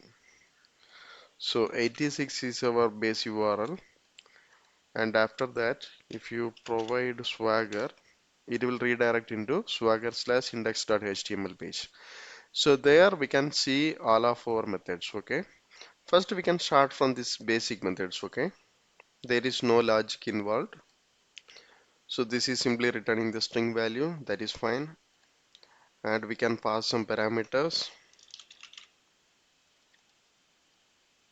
Okay, this one also working fine. And now trying to fetch the customer. Okay, we are getting this 500 internal server error, but actually this function worked fine in our local. Okay, for getting more details, we can check our log file.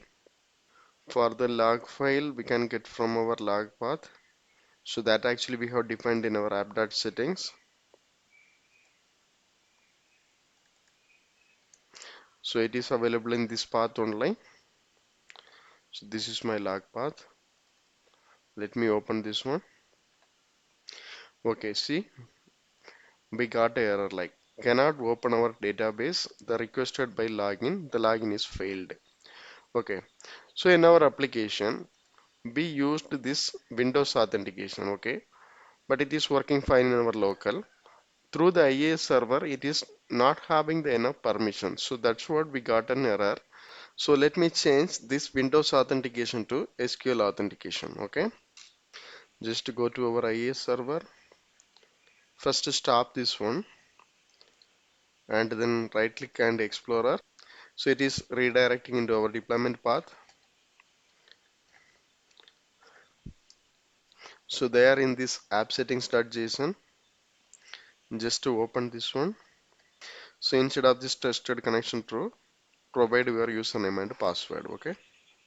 So once it is done, just to close the file and again back to our IIS server and start once again.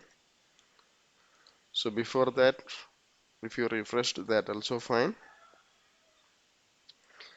Now go back to our browser side. We can execute the same function.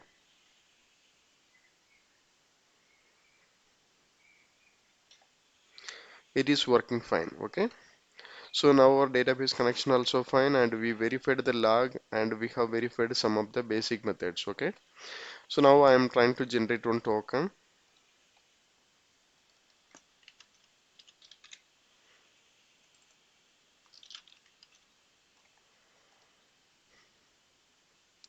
So we are able to generate the token also. And the finally very important thing is upload functionality. So we can go back to our product. Here I am trying to upload the single file. Maybe I can provide the product code is 001. I'm choosing this one, this bar. So let me execute this one. So we got the 200 response. So next we can get the same image, providing the same product code. So we got our image URL.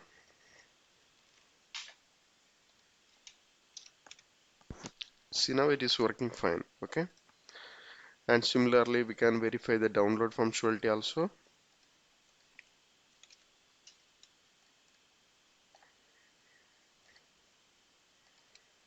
See, we are able to download the same file. And finally, we can remove this one, 001.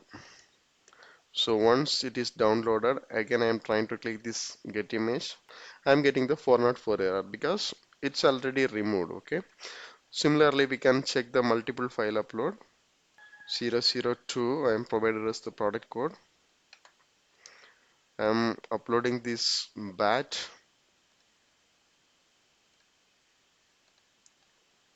and also this pad. So let me execute once again. And this get multi image 002. So we are getting these two image URLs. The first one is for bat and the second one is for the ball. So bat is working fine and also our ball is working fine.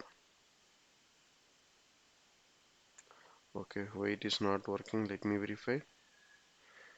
It's not on ball, actually a pad. Okay. So the upload functionality also working fine. And the final one is Excel export.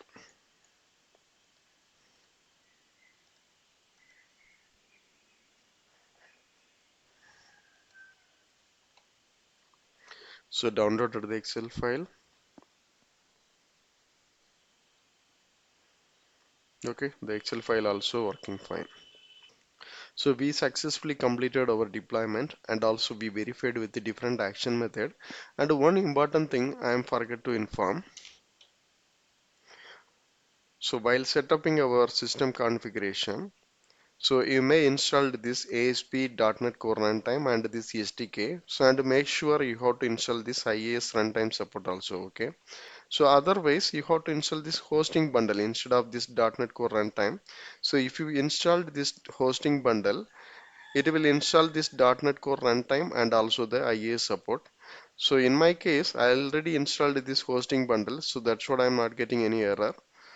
Make sure before doing the IIS setup, you have to install this package also, okay? So now we are in the end of the video. As usual, still if you have any doubts or clarification, please post in the comment box, and also please don't forget to subscribe my channel. So we are completing this part 1 of this .NET Core 7.0 Web API. So the part 2 video will be released as soon as possible. Thank you. Thanks for watching.